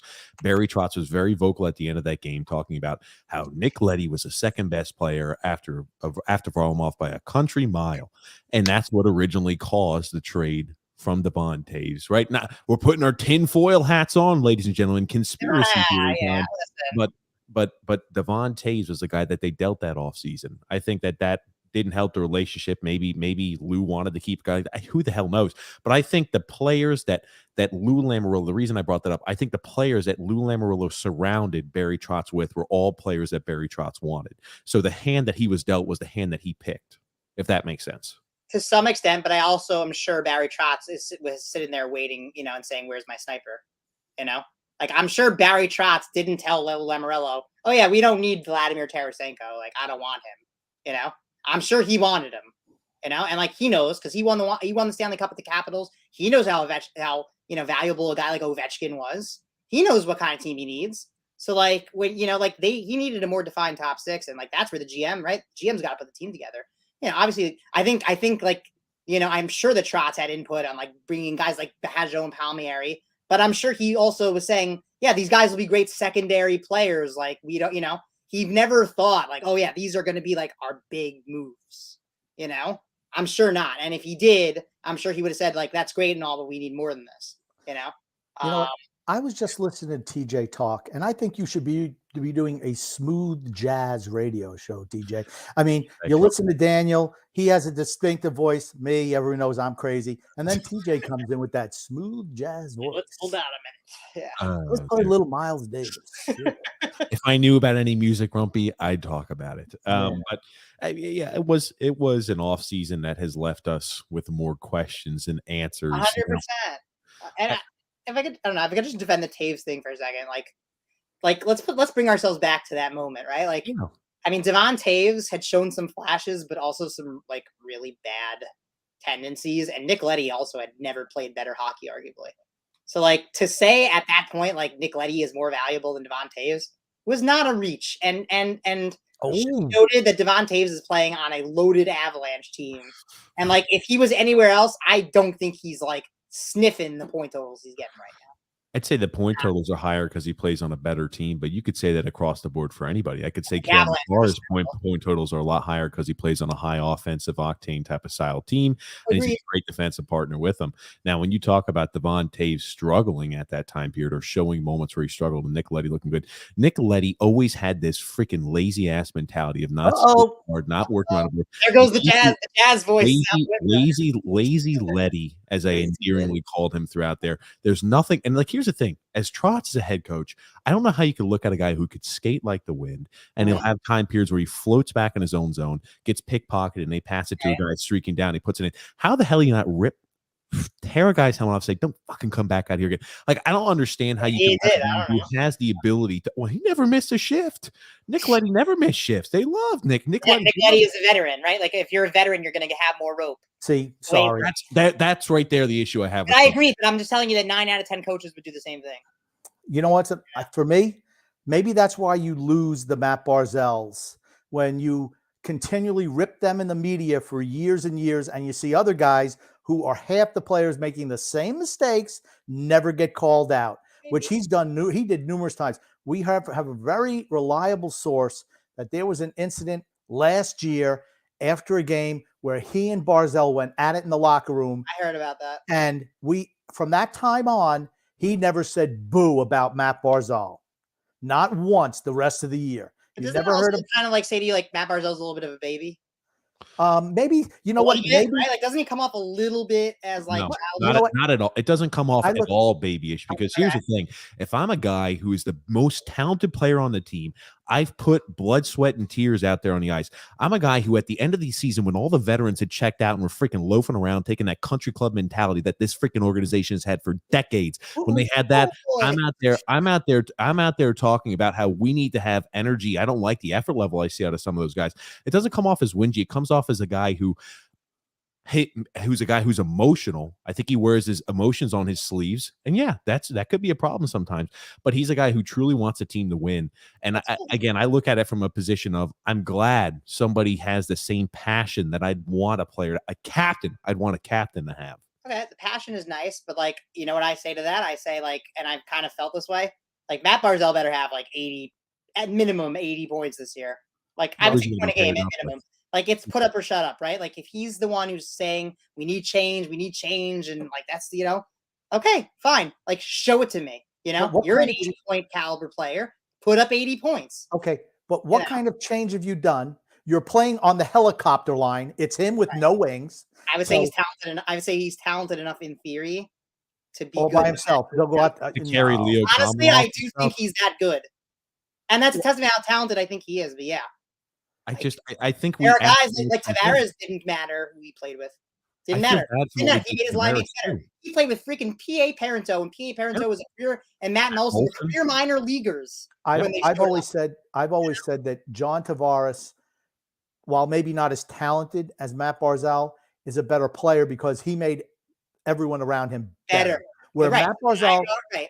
Matt So I would Barzal, argue- yeah, go I ahead. don't think he has that ability to make players better. So what do you have to do to get him to be his most successful? You need to get like players, like a Johnny Gaudreau, the failed attempt to get him. You don't put Anders Lee on that line. Maybe you put Anthony. Anderson can't skate with him. That's right. He can't skate. But You need maybe guys that are Anthony, fast. maybe Anthony Baviglia, you put him back in. He showed chemistry. I would. He showed chemistry with him in the past. Why would you not give that another run and then that's a goal an scorer on the obvious other choice. side? Yeah, I think it's an obvious choice. I agree. But it also does call into question, like, can you win with Barzal then? Right? If he's not, can you win without a guy like that? You know? Okay. Can you win without a guy that makes his line mates better? All I'll say to that is, if you're going to play an ultra defensive style, Matt Barzal's not your guy. If you want to play modern NHL hockey, Matt Barzal is your guy. And that's an organizational decision. Is Lane Lambert going to deviate from the Trotz system? And I think he will. I think in he some better. way. Otherwise, And I think adding Romanoff can I love help it. with that. Yeah. I mean, I think their defense will be better. I love their goaltending, but their forwards are just abysmal. So they're going to have somebody who, and it's not necessarily the centers, but the wingers. They're Jags. Someone's gonna have to step up. Someone's gonna have to step up that we're not thinking of, or that's not expected to step up. I think. And it's not going to be somebody who's 38 years old or somebody who it's going to be Bellows or Wallstrom or one of these guys is going to have to have a season we're not expecting them to. And you have to give them a shot for that. I think if you want the team to be better, you're going to have to roll the dice on a young guy who shows proclivity. They've given themselves no other option at this point. That's right. Yeah. That's right. Yeah. I mean, if you'd gotten Gaudreau, maybe you know. Right. I mean, from all we've heard, right, they lowballed Gaudreau. And again, we don't know how true that is. Right. We don't. I don't think anybody knows any. I just don't think he wanted to come here. I agree with that. I don't think he had any want to come to the Islanders, but it's, when you look at Matt Barzal, and again, I think the points made for both of them are valid. I think he's a guy who, if he was playing in a different system, if he was playing with like caliber players, he would be that fantastic player that everybody had seen out of him under that Doug Waite system. He's a guy optimally. He's a guy, if he played on a Florida or and again, I'm cherry picking teams that go ahead and have fantastic. I understand. Trust me, I do. But if he played on a team that was more suited for his style, he would put up video game S type numbers. And again, he's not a guy who he's a guy who creates. He does not put the puck in the net himself. He's not as much of an all-around player as John Tavares, but I think certain areas of his games, he's light years ahead of John. And that, again, I look at Barzal, honestly, and I think, again, not that he's on that level, but stylistically, I think he's very similar to Connor McDavid, kind of like head on a swivel, constantly moving around, deking past guys. When he turns the Jets on, it's that same style of play. Everything is a highlight reel moment, and I think, again, not that he's got that level of potential, of point potential, but to me, I look at that as he should be a high level player in this league. Even on his own, just in terms of his ability to create, he should be doing that more consistently than he has. Even with the bad line mates, I'm not saying that he couldn't put up more points with better line mates. I just look at him and I say, yeah, I think 60. I think, what did he have this season? Did he have 59? Yeah, to me, I don't care who his line mates are. 59 points is just unacceptable. A guy of that talent, he could be playing with me on his wing. He should have more than 59 points. Well, he did. He played Pat Anders Lee on his line, just stood in front of the net. So I think he should have had more than 59 points, even with that. More than that? How much more than that? I don't know, but more than that. I don't know. To me, that's where he loses me a little. He still should have been a little better. I think another thing is the team had checked out a bit. Yeah, I think some players have, and again, as I mentioned earlier, I think some of the fat cats on the team had checked out, and this is right. This is, again, put my tinfoil hat on, but I think that some of these players, it's easy to revert back to what nature was in the past. Before Trotz, before Lamoriello, before the team was brought back to respectability, we were always okay, we're out of it by this time period. Okay, Right, we'll try in certain spurts here and there. And as you look at the season, right, they were out of playoff contention early. It's easy to revert. I've been here before. Okay, gotcha. We're just trying to get to next year. And I think it's easy for them to go through the general malaise of that consistent action. Yeah, And I think that's it's unfortunate, right? I think Barry Trotz's a Hall of Fame caliber coach. We've talked about certain things he's done extremely well, and in certain ways where he's struggled. I mean, like Lane Lambert has huge. As much as critical as we are and have been on Barry Trotz, Lane Lambert has huge shoes to fill. I think that the best case scenario is he's better with player relations maybe than Barry Trotz. I don't think you could hope that he's a better coach than Barry Trotz. If he is, man, oh man, we've hit the jackpot. And it's worth noting that a lot of teams wanted to hire Lane Lambert. Yeah. So he was sought after, that for whatever that's worth, he was sought after. So it's not like they're going to the AHL and just just promoting the AHL coach, which they've done so many times, right? Whether it was Steve Sterling or Capuano or whoever, right? That was always their move, like, to bring in the AHL guy, So, it's the assistant coach, but like he was sought after. He was seen very much as like a future head coach in this league that a lot of people wanted. So we can go back to Peter Laviolette, the same thing. Well, that's different. Well, that guy, first of all, he wasn't their AHL coach. And like everyone, and he was also sought after. But you remember, Milbury was always a Boston guy. You knew that's where he was. Oh yeah, 100%. Well, Sean Bates, that's why he brought Sean Bates also. Yeah. Do you think that's why he wanted Rick DiPietro? Of course. Do you think there's a legitimate chance that we've talked about, hey, we want to bring a younger guy in the fold? Do you think there's a legitimate chance that Chris Lamoriello could ever have his fingers or ever have a chance of being the Islanders general manager? I hope not. Honestly, I hope not too, but I didn't know. I just want that family. I don't even know anything about Chris, to be honest with you, or like what he's done. But I just don't want that family to have anything to do with the general manager role at this point. Whatever it is, I just feel like, he's going to have that influence on. I don't know. I don't trust it. It's kind of like when you lose, when the brand name loses trust, it's hard to go back. Like if you had a Toyota for 20 years, then your Toyota all of a sudden starts crapping out every week. Like, you're going to be very hesitant to buy a Toyota again, like, I don't know if I want a Lamoriello, so I don't know. I mean, it depends how the Islanders ownership is looking at this. If it's like the previous ownership, right, that really like wanted to always keep things in house and pass things down and pass on the torch and whatever, then like, yeah, we could see that, hopefully it's not like that. And they'll look at it objectively. And if Chris Lamoriello happens to be the best candidate for the job, then like, great, if that's what they decide after a process where they've looked at other options, but if it's just going to be, they're just going to hand it to Chris. Yeah, I'm not a fan of that. I don't want his dad involved in hiring the next general manager at all. No, we have a saying here. Just think about the opening tweet that TJ put. It's like, Lumerta is what we call it. The code of silence. That's what we call it around here on this show. Was that you or was that Ponyboy Curtis who came up with Lumerta? I don't remember. It wasn't me, but I knew exactly. That was Ponyboy Curtis. I'll give him credit. I don't even know it was him. I don't know who it was. I don't know, but it was a good one. Yeah, it's there's items that make you worry, but and again, there are also positives this offseason. And here's the thing.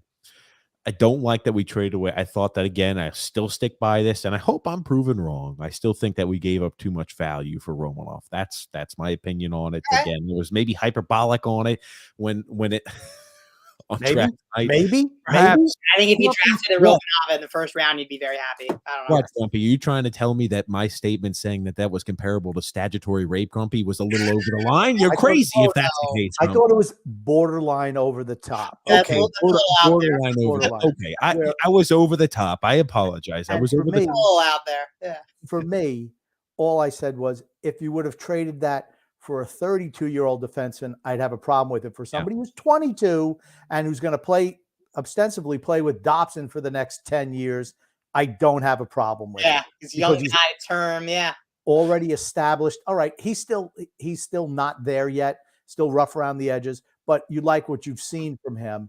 And if he continues to grow, that's a pairing that you're going to have for a decade. I think that's the most maddening part about all this, right? That was like, he's so good at like Lamoriello is like very good at some of these like in between pieces, right? But like he can't close. That's right. That's right. Close. Coffee's for closers. Yeah, exactly. Well, so you can never get the final piece. You can never get the, He's good at getting the support roles and the secondary scores and the and the good compliment to Dobson. And great, like where's the missing piece? Where's the sniper? Where's And here's the thing. We had said that, and then real quick, Grumpy, we had said that, this offseason, right, if you're not looking to kind of restructure or take a serious hard look in the mirror, right, there was a few positives, right? You wanted, obviously, to sign a guy like Dobson there to a long-term contract. You see the Stutzels, you see the young guys get these long-term contracts. We determined to go ahead and bridge them, whatever, it's in the past. But I will say this.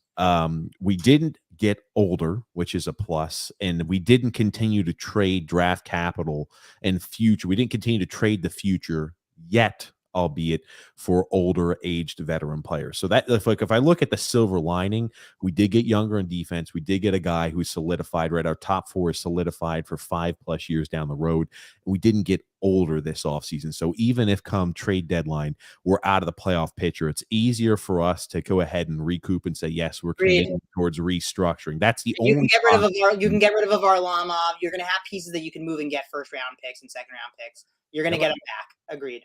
Right. That's the only positive that I have from this offseason, really. For me, the way Lamoriello has built this team in 1990, you could have gotten away with this you didn't have to have guys who were scoring all over the place. Game was different. And now the way you're seeing it, high scoring, high flying, the game is officiated differently. Right. You're not allowed to clutch and grab anymore. And I think that this offseason, at least through the draft, they've kind of made the transition to that type of player, which I was pleased with. Right. I just wish that they had done something on the big league level to kind of expedite that as well. Right. Yeah. I look at like the St. Louis Blues team that won the cup as like the best equivalent to what the Islanders have been trying to build here, right? Like if the Islanders are going to emulate any team that's won the Stanley Cup with his roster, right? Like it's the Blues, right? Like they're mostly defense first, but they've got, so they have some very solid offensive depth. They've got good goaltending, but the problem is that they have Vladimir Tarasenko and Ryan O'Reilly, right? So like, where is the Islanders Tarasenko? Where's the Islanders O'Reilly? You know what I mean? Like, so they're like the Blues. They're just missing those pieces. And without that, you can't win. It's the same thing with the LA Kings, kind of like they were built that way. Like the Islanders have a defense and goaltending they're going to be competitive. Like, I think if you have Sorokin and you have the defense that they do, like, they will be competitive. They will contend for a playoff spot. I think it's very hard not to when you have those pieces in place. It's the scoring though. Can you get that? And I just don't know that they can. It's tough. So that's going to dictate how far they've gone. And like to me, after 2 years of losing to Tampa, like the first year you might be able to chalk it up to like, okay, so we just got unlucky, even though I wouldn't. After the second year, you've established a pattern. You have to go back and say, okay, we're not good enough. We're right there, but we're not good enough to beat them. We could sit here and cry, oh, it's one goal. If this would have happened, that the bottom line is they've now beaten you 2 years in a row. You need to go back and say, we're not good enough to beat them as is. We need that little bit more. We need something to push us over the line. And they just didn't, like they just like, now we're just going to run it back. Like we only didn't make it because we lost by 1 goal. Like if that was the takeaway, and that was the takeaway of a lot of the fans, frankly, which I thought was silly at the time. It's like, well, we were 1 goal away. Like, okay, yes, but also the Tampa Bay Lightning were just better than you, And like after the second year of them beating you should have figured that out, to me. And the Tampa Bay Lightning are a great hockey team, but like the Islanders could have beaten them if they would have had one more piece. I really think that, because of the way they played, because of the way they were able to shut down Tampa's offense, they could have leveled the playing field. If you just had that one extra sniper, you could have beaten them. You got to score more than 11 goals in a 7-game series. 100%. I mean, and yeah, we were solid defensively, but I never thought we were ever beating Tampa. I thought Tampa, anytime they wanted to, they could score on us or do whatever we need. Their Islanders were a good team. They held them. And they reminded me of the dynasty era Islanders. They really did, able to play anybody's game. And I mean, honestly, I was rooting for them this year. They reminded me of the last year when we lost to Edmonton, just so banged up, couldn't get over the finish line. But I really respect that team. And John Cooper, I think he's done a great job with them. Yeah, no, it's a great team. But it's a testament to how good the Islanders were that they honestly, they give them the biggest challenge out of pretty much all these teams, right? I mean, like any of these other teams that Tampa played, and I've spoken to Tampa fans who have said this, by the way, like the Islanders series were the most challenging playoff series that they had at any point during that stretch, I would probably say until the Toronto series this year, a team they really hadn't had a tough series other than the 2 Islanders series. Toronto's going to Stanley Cup this year. You watch. They might, because they came really close to beating Tampa. They changed their game last year in season. You could tell they were better. Yeah. They weren't the same team, and they should have beaten Tampa Bay. Yeah, and they came really close. But and sometimes you like Tampa learned by getting swept by Columbus. I feel Toronto learned. They learned from it. Yep, learned from losing that type of series to Tampa last year. And honestly, the toughest part is if the Lightning didn't exist, the Islanders are probably back-to-back Stanley Cup champions. Because they probably would have beaten Dallas. They definitely would have beaten Montreal. I think we got very fortunate in the playoffs, both rounds. And I mean, like you look at it, was that Grump? Okay, a little, but you still have to make your own luck. Well, here's the thing, right? We've talked about it before. You've got to beat the people who are in front of you. You have no control over that. But I'll say this most recent, or the second time we got to the Eastern Conference Finals, right? We were very fortunate to play, a Tristan Jarry who was hideous in net. I mean, awful by every stretch. We lost to the Penguins in years past where their goaltending was shaky, right? That series in, what was it, 2013, 2014, when Fleury was just abysmal. I think the goals, his saves per expected. And again, I'm not an analytics guy, but his saves per expected. Jarry was terrible. One of the worst since they started recording that margin in the playoff history. Yeah. And you look at Tuukka Rask, he was playing on a torn hip labrum that effectively ended his career. Every team that wins has a little bit of luck along the way. Absolutely. But I just think to myself, I'm like, you're going to have luck. Not every single one of those situations is going to be lucky situation in the cup. 100%. If it was a 30 team league, yeah, maybe, but it wasn't. It was 31, and Tampa was one of those teams. So right, we can't take out the Stanley Cup. Nothing you can do about it, right? Yeah, we take the Stanley Cup champion. Yeah, well, everybody figures they got to beat. That's my point. Like you got to go back and say, okay, we need to attack it from a different angle to try and beat them. And that's just see for me, Lou Lamoriello is past his prime, and there's nothing wrong with that. He's 80 years old. Yeah, the game should have passed him by now. And I 100% agree with you. It's not the way he evaluates talent. It's the nuts and bolts, salary cap, all that stuff. It's like you mentioned earlier.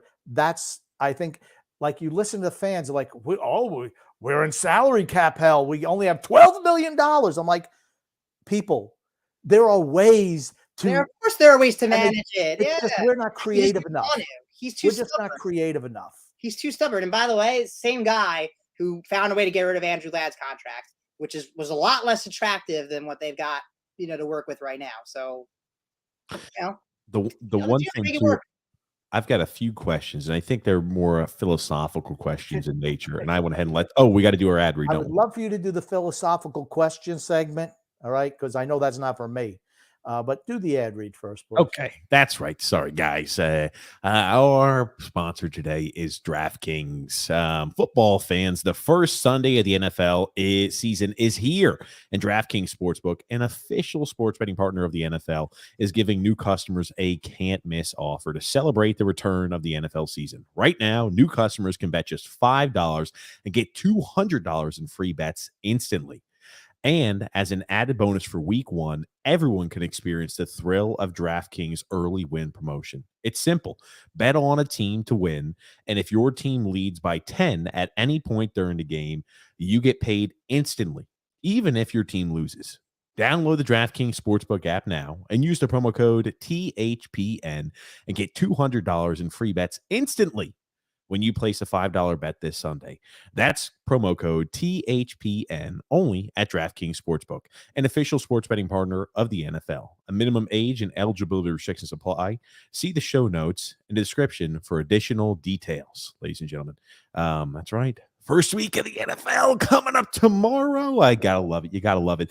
But I did have one philosophical question, and it's something that I look at our team, right? And I think it's kind of hard to compare them to teams past in the past Stanley Cup winners. But when you look at it, when is the last team that's won a Stanley Cup without a star player? And it always is a question I ask. is it realistic to think that a team could win a Stanley Cup without a star player, right? I think that goaltending, right? Goaltending could be hot or not. Your goalie's not a star player. I mean, a star skater. When's the last time a team's won without a star forward, some sort of star player? I really can only think back to that Carolina Hurricanes team. I know. I wouldn't even go that far because Carolina did have star players. Back in that 2006 time period. You had Rod Brindamore, you had Eric Cole, you had Jeff. Did they still have Jeff O'Neill at that point? I don't know. We're going back to the Wayback. These guys were all still good. I mean, like they were pretty stacked. So had Eric Stahl. Oh yes, of course, Eric Stahl too. Yeah, and he's I look at our roster. I look at our roster and say, do we have players that are on that star level or elite level talent? Matt Barzal should be one guy, but it's not enough. You need another guy. That's the only guy I could think about, and that's what makes me worry. I'm like, yeah, sure, maybe you can add a star player at the trade deadline, but we've not shown the ability to do that, right? Our trade deadline moves have been for guys like Jean-Gabriel Pageau, guys like Andy Green, guys like Kyle Palmieri. There's never been any the big name guys that are really a star player. Right. Yeah. I don't have any trust that they're going to be able to pull that off at this point. And how many big name guys come available at the trade deadline? You know what? You got a little bit. You got to make your own. Like you got to be able to go out and find someone that nobody's talking about. Like a little bit. It's on you. Like to go out. That's what the job is, right? Like it's not going to be all the time the guy that TSN has on their watch list. Like sometimes you have to just inquire and do your due diligence and negotiate and find a way to bring that player in. Make them an offer they can't refuse. Whatever it is. A little bit. It can't just be every year. Oh, we're just shit out of luck. That can't be the case every single year. Well, it can, but it can't because it is. At the end of the day, we see teams make moves for guys that they need. I mean, we've seen teams do it. I mean, Mark Stone is the one example in recent years, which was a pre-deadline acquisition. Mm-hmm. And I've often had the argument with TJ. I think if Vegas offered Mark Stone for Matt Barzal, they would have jumped at it. Because I wouldn't have made that trade though, because they're creating a new problem while resolving another one, right? Because you may get your winger, but now you don't have the center. I'm just saying he was the type of player that they would want as opposed. Like they should have gotten Max. And I know he was injured after the fact, but they didn't know that at the time. Like Max Pacioretty was available for absolutely nothing. Like why didn't they get Max Pacioretty? Yeah. Right. And if you want to tell me, okay, it's because originally I thought, okay, well maybe they were just really focused on trying to get Gaudreau, and you can't trade for Pacioretty if you're trying to get Gaudreau. Well, you can. No, my point is, but that ends the Gaudreau, right? That ends your chance of getting Gaudreau because you're not going to be able to bring them both in. It depends on how creative you are. Right. Well, again, I guess we're dealing with Lou, and I certainly didn't trust him to get both. So and remember, you can always be 10% over the cap. Yep. So see, that's the way I look at it. You just have to be creative. You have to think outside the box. They did neither of those things, though, right? Like they didn't bring in Pacioretty and they didn't get Gaudreau, so yeah, they just walked away with nothing. Right. So to give you, oh, go ahead, Grum. That's every offseason for us, in my opinion. Pretty much lately, yeah. To give you guys a poll update on the very, very scientific question we asked the entire Islanders community, we got a huge whopping 57% said no, Patrick Kane, not a good fit for the Islanders, and 42% said yes, good fit for the Islanders. We do have another poll question up there as well, asking, do you need a star player in order to win a Stanley Cup? So we'll have another very scientific poll done as well on the podcast. And Andrew L says, LOL, Notre Dame. What a joke. Dude, I'll tell you one thing. I'm not looking forward to tomorrow's podcast. You got that right. We're going to take one of those big, long spears, stick it up your butt, out through your mouth, and start rolling you around on that little thing like we cook a big, a roast, a big pork. Pig, that's exactly right. This coach is the greatest coach ever. He's going to. I didn't say the greatest coach ever. I was excited about Mark. He's 0-3. 0-3. 0-3. I know. First Notre Dame coach in history to go 0-3. Sorry, not the answer. You lost to Marshall. We are Marshall, Grump. Tony Cheese said, when you have Drew L on, I guess, is where you hit rock bottom. Tony Cheese not being nice. Tony Cheese. Doug R says, I know we bitch and moan every week that no unrestricted free agent signed here. Now, if we don't even have anyone come here on a PTO, then we know it is a massive issue. I don't know about that. I guess I don't think we bitch and moan about it every week. A lot of the time. Yeah, most of the time, but not every week. Let's be clear, it's not every week. At a certain point, you have to come to terms with it. You know? Yes, I'm already there. So It's like the stages of grief, you know. Like, I'm okay, but here's the thing, Daniel. Every year I say they're not going to do anything in the off season. They're just not. I'm already prepared for nothing. right, so if they surprise you, then it's a win-win. You know? Right. The trade for Romanov was a shock for me. Okay. opening that original trade, let's say I was a little over the top. I kind of feel like that was going to be a prelude to like, oh, maybe things are going to be different this offseason. I was upset, and I said that night, I said, this is going to be the know? only thing we do. This should have been the only thing we do. And again, like he's always said, the only way we can get better is through hockey trades, plural. But he also said he said flat out we need to improve the offense. Like he set that bar.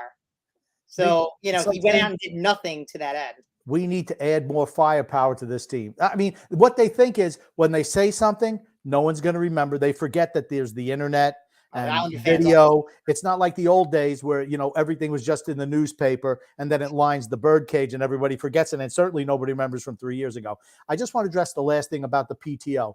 I would have loved to see them bring in Calvin DeHaan on a PTO to contend for that bottom six defense spot. I would have loved to see them. Oh, well, here we go. And look at this. Yeah, there you go. And who does it? Who does it? The team who every year they seems like they blow up their roster and they just get better from year to year. The Hurricanes. Yeah, I saw that. I didn't think he was coming back. I don't know. And I know that everybody's throwing out Sonny Milano. Honestly, why not? Like, at this point, like at PTO, like, what do you have to lose?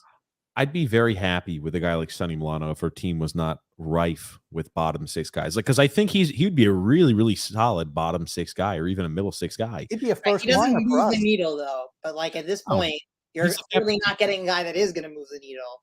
So you might as well try something.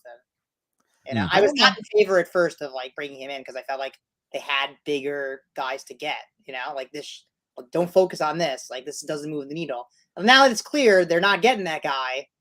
Okay, like experiment a little, see what happens. You never know because you have to rely on a you never know at this point.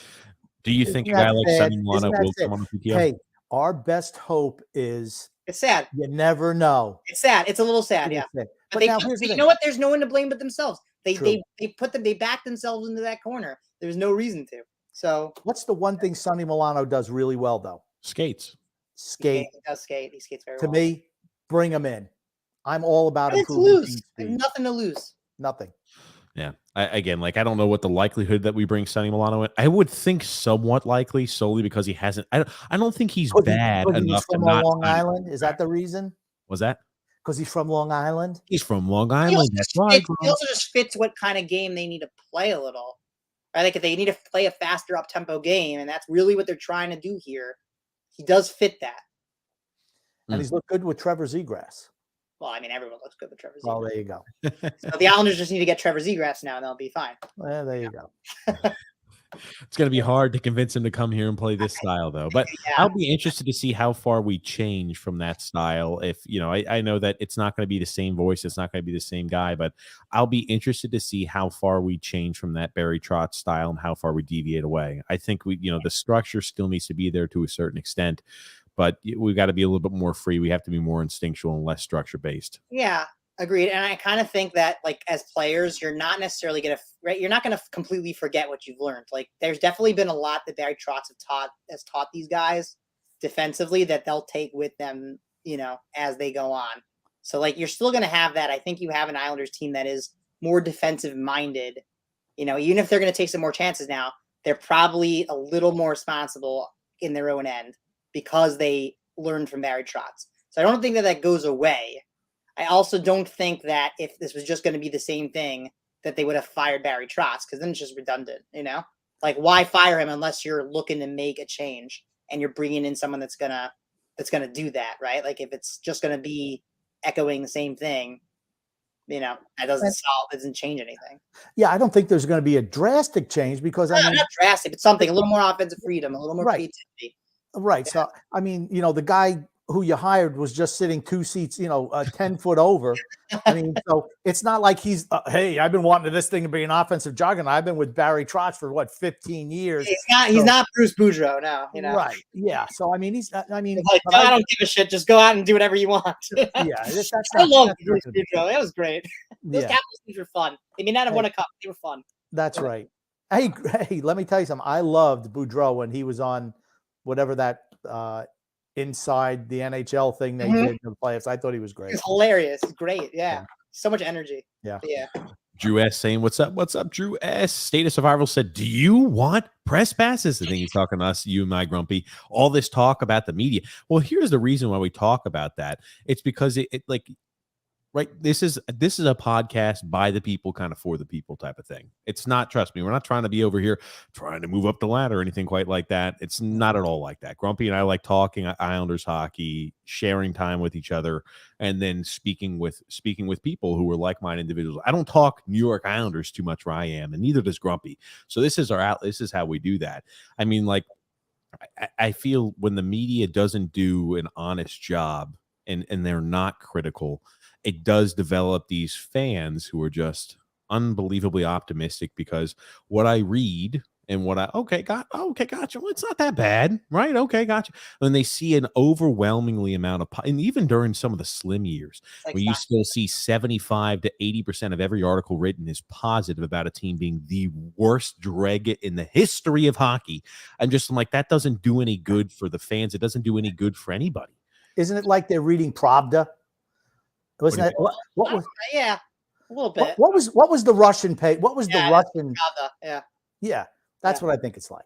Kind of a little. I don't know if it's to that level, but I definitely think I think it's being influenced. You have a bunch of guys there that are very concerned for their jobs and are afraid to speak up. I do think that it's not like they're running it by the Islanders and someone in the Islanders is sitting in a dark room with with a permanent marker scribbling, you can't say this, but there's definitely some fear, of what would happen if I said this, It's a little different. We've been told. Go ahead, Grump.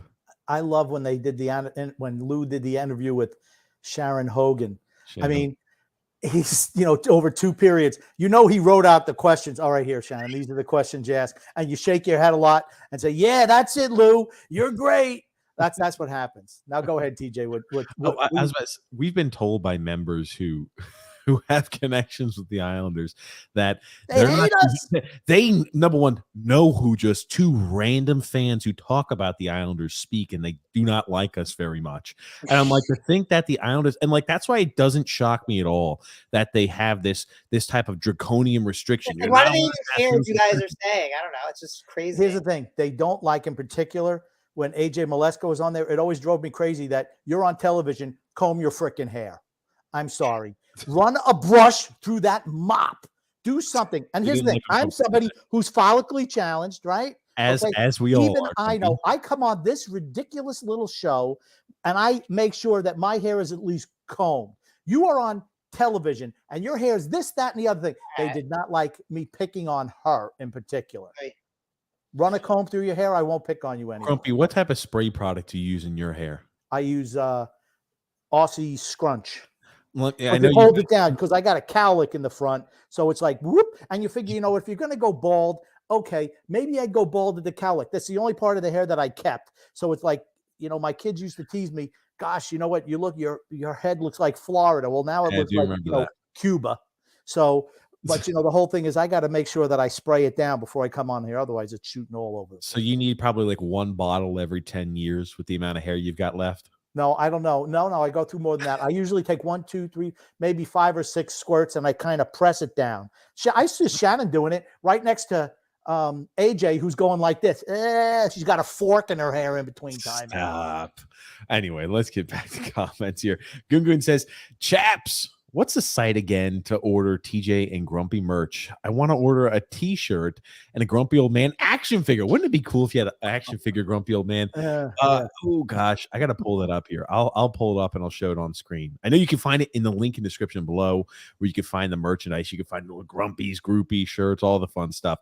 D-Cut says TJ's forehead looks extra large tonight. That hairline is receding quickly, or Very maybe I'm just, what is it? Like my brain's expanding, perhaps. That's I don't not know. It's it. becoming Yeah, more that's not wrinkly. it. It's That's absolutely expanding. that's not it. It's like a mega mind. You seen that movie, Grump? Yeah, no, you I've didn't. seen it, but that's not you. Fran Mess says Matty Martz for president. Oh no. He's a fan favorite, but I don't know. This is one of these items too, where it's like I feel we have this love for prior performance of players, and we have the love for him. He's completely cashed. I don't know how he skates up and goes on the ice for the Islanders night in, night out. Yeah, honestly, I don't think he's an NHL regular anymore. No. I as politely as I could say it, like he's done a lot of great things, but I just don't think, I don't think he has it anymore. I think he's too slow. I think he's a liability out there at this point.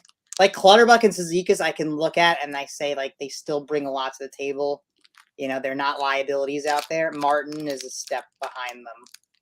Like he really, it's evident how little he has to his game. And he used to not necessarily, but like I just think he's fallen a step behind, and it's unfortunate because I think they're going to keep trotting him out there just because he's kind of like the second in command mascot to Sparky at this point. So like they're gonna, you know what I mean? I don't mean that, but like you know what I mean. No, I know exactly. Fans love him, like fan favorite. But that's why he's there. Yep. And that should not merit playing time on a professional hockey team. I said I don't mind them bringing these older guys back, but why are you giving them 4-year deals, 6-year deals? Yeah. What do we think the market for Cal Clutterbuck was that we couldn't, right? Lou likes to keep everything. We don't announce any signings until September. He announces an in-season signing, 2 in-season signings. Why? For a 37-year-old and a guy who's 34 coming off of, an injury. I mean, why not just 1-year deals? It's an interesting point, and like I brought this up earlier in the year. I said, it's possible that they have kept that fourth line intact at the expense of making the rest of the team better. Yep. Like as much as we love that fourth line, it's an expensive fourth line. Like no one else is spending that much on their fourth line. Nope. We got the most expensive winning teams. You think they're fourth spending line in that much hockey. money on their fourth line? No. Because at the end of the day, like those are replacement level players. They're supposed to be. It's not where you put your worst players. That's obviously a misnomer. They have a specific role, but like you can find other players like that can do those things. Casey Cizikas, I'll argue, is special. The other two, though, are replaceable. There are 100 energy players. They're like a dime a dozen. Yeah, Casey Cizikas would be a third-line player on, I'd say, 7 out of every 10 teams in the league. I don't think he's got that anymore. No. I think he does, but I look at Eric Howla. I think he's better than Casey Cizikas. And he signed a 2-year deal. Different type of player, I think. Yeah, but he signed a 2-year deal for less money. You didn't have to give Casey Cizikas at 30 years old a 6-year deal. You did not have to. Yeah. I guess to me, I think it would have been okay if they would have just done Cizikas and not extended Clutterbuck and Martin. Like you want to say, okay, we want to solidify our down the middle. We want to solidify our center depth. Cool. If that's your center, if you're telling me that's your center depth for the next 6 years, really awesome. But then you're going to hand it out a big contract to Clutterbuck, and then you're going to pay Martin. Like that's where you lose me. Like you can't go out spending that much on your bottom sticks.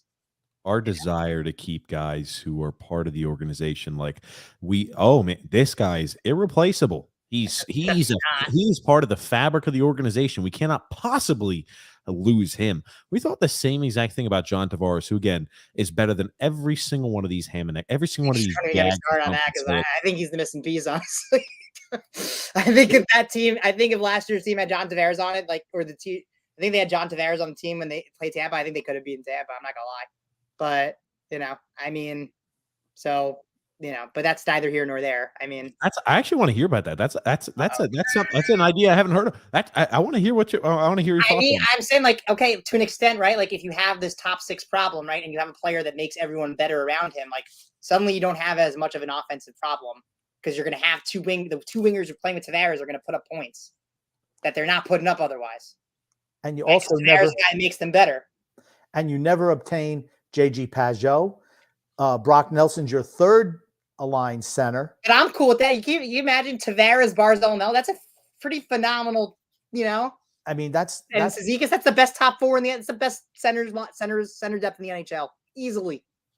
And then maybe you have yourself a draft pick where you could have picked somebody up instead of in the first and the second round pick. So I think it would have been a little different. Yeah. And then maybe you're not trading a first and a fourth to get Kyle Palmieri. Right. Maybe you don't need Kyle Palmieri. Right. Well, we definitely don't need Kyle Palmieri. And maybe Eberle's playing with Tavares and lighting it up, so you don't need to expose it. You're not going to expose. Well, him. they didn't work together. They didn't work together, but when he worked together with Barzal, but he worked well with Barzal though. That's right. Whatever. I think it would have been different, So you could actually argue though, with all the "we don't need you" chants, we kind of did. I don't know. Yeah. In hindsight, we kind of did. I think there is some definite validity behind it. We talk about how John Tavares made. I mean, think about the contracts he was able to make. Guys like Kyle Okposo, P.A. Parento, Matt Molson. P.A. Parento and P.A. Parento got paid when he left. But here is the caveat, right? Even on bad teams, people have to score. We've always covered that. There's always, and again, I'm not trying to say he wouldn't score. I'm just there's always on bad teams. There's always guys who score and put up points. There's always that guy. There always is. And even if it's a team that's well in the cellar, in Toronto, he's not the guy. He's more of like a secondary piece. But he doesn't have to be. If he was the guy and played like it, and you had a lot of the guys who were the guy, they'd be winning cups already. I think they're very close. They are close. I think they're close too. But he's now, and again, I think the contract that's going to be a contract. Yeah, obviously, down the road. Yeah, okay. Agreed. But I mean, I think it's an interesting thought because but we all would have given him that contract. Let's be honest. Oh, for certain. At the time, let's not pretend we wouldn't have given him that. I just think it's an interesting concept that if we had a guy like John Tavares who did, and again, we've talked about it ad nauseum even on the show right now today, made a lot of players around him better, even if the talent level wasn't there for his line mates. I mean, what could he have done with a guy like Leo Komarov? Shit, I saw what he did with a guy like P.A. Parento and Matt Molson. So, I mean, and what could he have done with Oliver Wahlstrom, by the way? Right. I still think Oliver Wahlstrom will be a success in the NHL. I hope so. I mean, he just can't skate. He really can't skate. That's a problem. He looks like he's skating with cement in his skates. It's a problem. And that is what worries me. The lack of hustle and the fact that he just does not skate well. And in today's NHL, it's not you don't have to be fast, but you better have something else if you're not fast. Anders Lee is successful because he is a good power forward. He drives the net. He will get into the greasy areas. He'll find other ways to be effective. So, he makes up for the lack of speed with other things. So if you're a guy like Oliver Wahlstrom and you think you're just going to coast and snipe, from what you're not going to be able to get away with that, at this level, So it worries me a little, that he's not necessarily going to have those opportunities unless he adds some other elements to his game, rounds him out, or his skating improves in ways that I don't know if it's going to, So I think he's a power play guy. He's a guy who's going to have a lot of points on the power play year in, year out. So then he's Mike Hoffman, but I don't know if you're winning a cup with Mike Hoffman. Without the wife.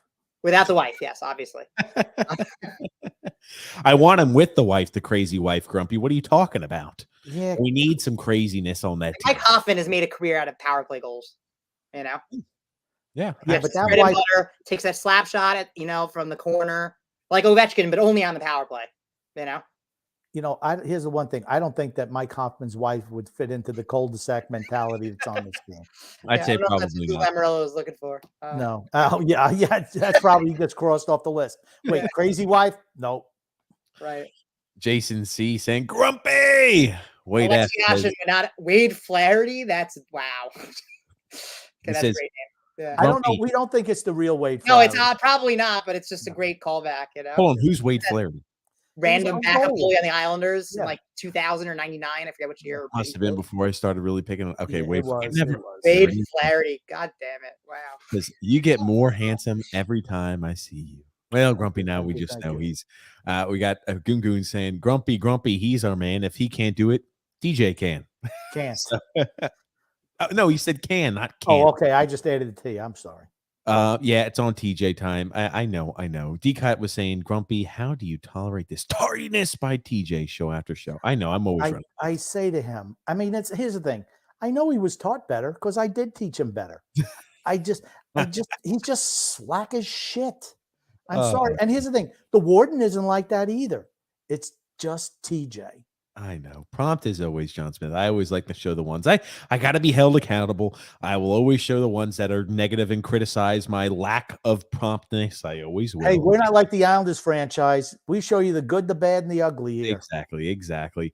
You guys should change the name of the podcast to the Islanders Never Say 8 o'clock podcast. Very good. That's a good one. And George P said, TJ time once again, light years away from being on time. Now, today is Daniel's fault. Oh no! Well, No. Fair, it's fair. It's fair. Daniel couldn't start till 8:30, so that's why the 8:30 start time.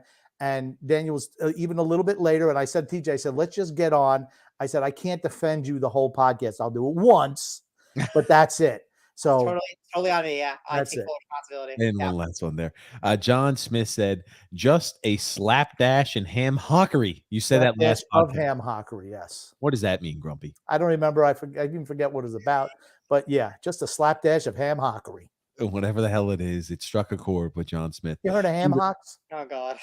Gungun says, I heard Connor McDavid once enjoyed a substantial bowel movement in a stall next to Lou Lamoriello in the men's bathroom. Don't be surprised if they cross paths again at some point. Cam is strict. I gotta love it, dude. That's the type of shit. Like that's the type of and again, like obviously we same guys pushing the Barzal for JT Miller thing. Oh, the same. Was that them who were doing that? I'm trying to remember if it was, but it seems like it was from Vancouver. I don't know. Because it seems very on brand for them. I don't know. Yeah, I don't know if it was them or not. Yeah, I do remember that started popping up. I'm like, what? That was so dumb. Makes absolutely no sense. So dumb. Yeah, it made no sense. And Rob says, Kane isn't coming here. Santa Claus doesn't even come here. Oh, we've always talked about this too. And I'm interested in asking you this, Daniel. We have never signed a big name free agent ever. The biggest name free agent we've ever signed, I'd say, was Andrew Ladd. Grumpy and I have talked about it. The biggest name free agent we've ever signed is Andrew Ladd at the time period he was signed. What is the reason why the Islanders cannot sign free agents? Because we have seen a litany of excuses, I'd say, with air quotes around it. Oh, we didn't have the arena. Oh, it was because we were a joke and laughed. Oh, we didn't have a general manager that wanted to spend money. Oh, we didn't have a legitimate head coach. We saw a litany of BS excuse after excuse after excuse. Brand new arena, legitimate head coach, legitimate general manager, ownership that wants to spend money. All of those excuses that were there are no longer there. Right. What do you think the reason is why we struck out this offseason as well? Yeah, no, I would say that for many years the excuses were valid. I think they no longer are. Just like I agree. I think at this point it comes down to just incompetence in the front office. I don't think that there is any sort of directive out there that like, oh, no one's ever going to sign, because we see small market. Listen, Goudreau signed with the Columbus Blue Jackets, and like, I don't want to put down the city of Columbus or anything, but like, it's not New York, it's not Chicago, it's Columbus. I mean, like, it's not a big market city, like, yeah. So I mean, and we've seen other smaller market teams sign big guys. So at this point, with the arena and everything settled, it's just you have to chalk it up to incompetence. You can't just be shucks out of luck every year, there's no other valid explanation for it other than just incompetence. Daniel, can I just say, I hope you're not planning on getting your press pass back anytime soon. Well, I have zero. When you're saying managerial incompetence, well, you fit right in with us, buddy. Yeah, you fit in with us, and that means the fact that you're even on this show is probably bad news for you. Yeah, you could have. You didn't tell you that ahead of time. Yeah, good thing I'm moving to Florida. Gotcha. No, I'm just kidding. Yeah. No, but listen. I don't know. It's just kind of like a thing where like everyone was kind of just pushing this narrative like, oh well, like things aren't so bad or whatever, and I just wasn't in the mood for that. Like I'm gonna call like I see it. Like the Barclays Center thing was just shit show, especially at first, and like I'm gonna write about this. Like this is not good. This is not going according to plan. And like people were not happy that I wrote about that. And like, what, you want me to pretend this is great? Like, okay, you win. Barclays Center is awesome. Like, what do you want me to say? All I know is when you have a Honda taking up prime real estate along the glass. Yeah, it was that. It was the arena wasn't built for hockey. There was basketball only. There was fights between fans trying to watch warm-ups and ushers, and like the whole thing was just such a disaster from the get-go. And it was very clear that they like had no interest in staying there beyond, the first, until they found a place. Like it just became so obvious that this was going to be temporary eventually. But at first, it was not going well, and so as a journalist, I felt like I should write about how it's not going well. You know, I'm sure they didn't like that very much. they did not, but I just felt like that was kind of my responsibility to do, especially because no one else was doing it. Like, and somebody should write about how this is not great. You know? We appreciate stuff like that. We really do, Daniel. And again, a member of the media and a member who wrote that wasn't afraid to be critical. We always do appreciate that. Let me ask you this. Now, I've always wondered this too. You know, besides taking your press pass away, or besides taking a press pass away, would they ever come up and say, we don't like what you're doing, and like tread lightly type of thing? Like, I always wonder how the inner workings and the weavings go on stuff like that. Like, did I get warnings? Or like, how did you, like, was it just like, oh, you know, I heard it through a grapevine. I heard it through the grapevine that XYZ didn't like you doing that. You know, like, I wonder how that goes. No. They told me straight out. Oh, wow. They told me straight out. Yeah. I mean, a bunch of times, like, I had the head of PR, Kimber Auerbach, come over to me and basically say, I had one time, I swear to God, like, I made a joke about how, like, I don't know if you remember, like, why, but people were like wondering, like, well, why is Brian Strait always in the lineup every night? And so I made a joke about it in my Twitter bio, because, like, I just got tired of answering the question. So I just wrote, I don't know why Brian Strait's in the lineup today. Stop asking me. And I swear to God, like, Kimber Auerbach comes over to me and says, like, Brian's upset about your Twitter. Like, there's no way Brian Strait saw my Twitter bio. Like, you know, he's like, you better take it down, or we're not going to credential you for the next game. You sorry sack of shit. I would say something like that. I'm like, he's a professional hocky player. There's no chance that Brian Strait gives a damn what my Twitter bio says. And if he does, like, really, why? You know? Okay, but why was Brian Strait in the lineup all the time? I thought it was a valid question. I don't know. I mean, but, you know. There was a moment to where, now this shit, it's all coming together, Grump. Do you remember we had on Nicole Sherman this year? This was early when we first met Nicole. She had posted about Matt Barzal liking the comments that Marty St. Louis had spoken about. Hey, it's better sometimes to let players be more instinctual and less structured. He liked it. And then Nicole tweeted it and said, uh-oh, maybe there might be some issue. Then he was forced to unlike the post that he had liked after the game. And I was like, we said, let's put our tinfoil hats on. Why would he do that? Why? Out of his 400 likes, why would he go back and unlike this? Member of the PR said, unlike that post, Matt Barzal, XYZ's happening right now. And he just says, okay, whatever. It's like when you're told to do something on a job, you're like, whatever. Okay, I'll get done with that. I cannot believe I'm going to tell you what, and they say that shit to people. I'm going to tell you what, players do look at certain things. I tell you from they do, but I just can't imagine that Brian Strait was so mad about it that he told the Islanders PR, you better tell this guy to take it. Like really? Come on, man. You know? I'm going to tell you that players, from personal experience, not hockey players. Why don't you tell that story, Grump? You don't have to include who it was, but why don't you tell that story? Yeah, John Beeson. For the Carolina Panthers. Okay, well, leave it. Don't even leave it. I don't give a shit. He was a bitch. Well, so why don't you I'm glad he got a new job and his career's over. Yes, that's right. Why don't you tell what happened? I was the lead statistician for the Carolina Panthers, and I'd be the one who would feed the information for them to announce over, you know, the play. I dictate what happens on the play, who makes tackles. He was unhappy because he wasn't getting enough tackles. And I was, you know. And if you're not getting enough tackles, you're not going to get that huge. He's not getting paid because he gets bonuses on tackles. And I'm not giving him assisted tackles. And I'm like, well, they're like, well, John has brought it to our attention that he should have had this many more tackles. And we looked at it, and that's what it should have been. I'm like, no, not if you actually go by the rules of the NFL. They changed the tackle rule this year. And they were pissed. And it wasn't long after that I was, you know. See you later, Grumpy. We need somebody who gets our guys their bonuses. So that type of shit happens, and it is nuts. It is nuts that does. That's right, Grumpy. I forgot, about that John Beeson shit too. Absolutely happens. That's crazy. Yep. And so there was that. There were some other things that they did, like where they wouldn't even say it outright, but like you could tell, like they were trying to, you know, make life difficult for you in other ways because they were not happy with what you were saying. Like I remember there was a time where, you know, I mean, and guys would routinely ask the equipment manager, like, "Oh, is so and so, you know, is coming out for practice, or is he, you know, is he injured, or is he a few minutes late, or just to try and get a little info." Like I saw Arthur Stable do this 1,000 times. So, one time I asked the equipment manager, oh, is so-and-so, is he going out for practice?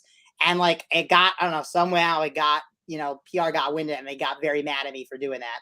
And, I said, okay, meanwhile, like tons of other guys in the press box have done this, but you're singling me out, there were other times where, they would try to make it difficult for me to ask questions in press conferences. Like they would hand the microphone to everybody else and then like eventually like mercifully give it to me, which is really funny. Also, like at the Islanders at the ownership, like when they introduced the new owners, they did that to me. And then I ended up having the question that they played on the air at the game that night. Because I ended up asking the question that basically had like was the defining moment of the press conference, which I'm sure they were not happy about. There was a time where I went down to Florida and I covered the Islanders were playing in Florida. And so I got credentialed to the Panthers and the Islanders were mad at me. I'm like, that's cool. Like, this is not your game. Like, this is a Panthers game. They get to credential. You don't get to decide. They're like, well, you should have told us. I'm like, I don't give a shit what you guys want. Like, this isn't your game to credential me for. This is the Panthers. They get to decide, The fact that PR shit is so in depth, like that's a world that's completely I have no knowledge on. That's not my world, and the fact that they're so controlling with that grip is nuts. Yeah, so it's just kind of you felt like you were walking on eggshell, but like again, to me, I felt like I had to do it, even if I was like going to be a martyr. I'm like somebody's got to do this, And it was a time when things were not going well. So I felt like I had an obligation to tell it. And when things were good, I said that things were good. And when things weren't good, I said that they weren't good.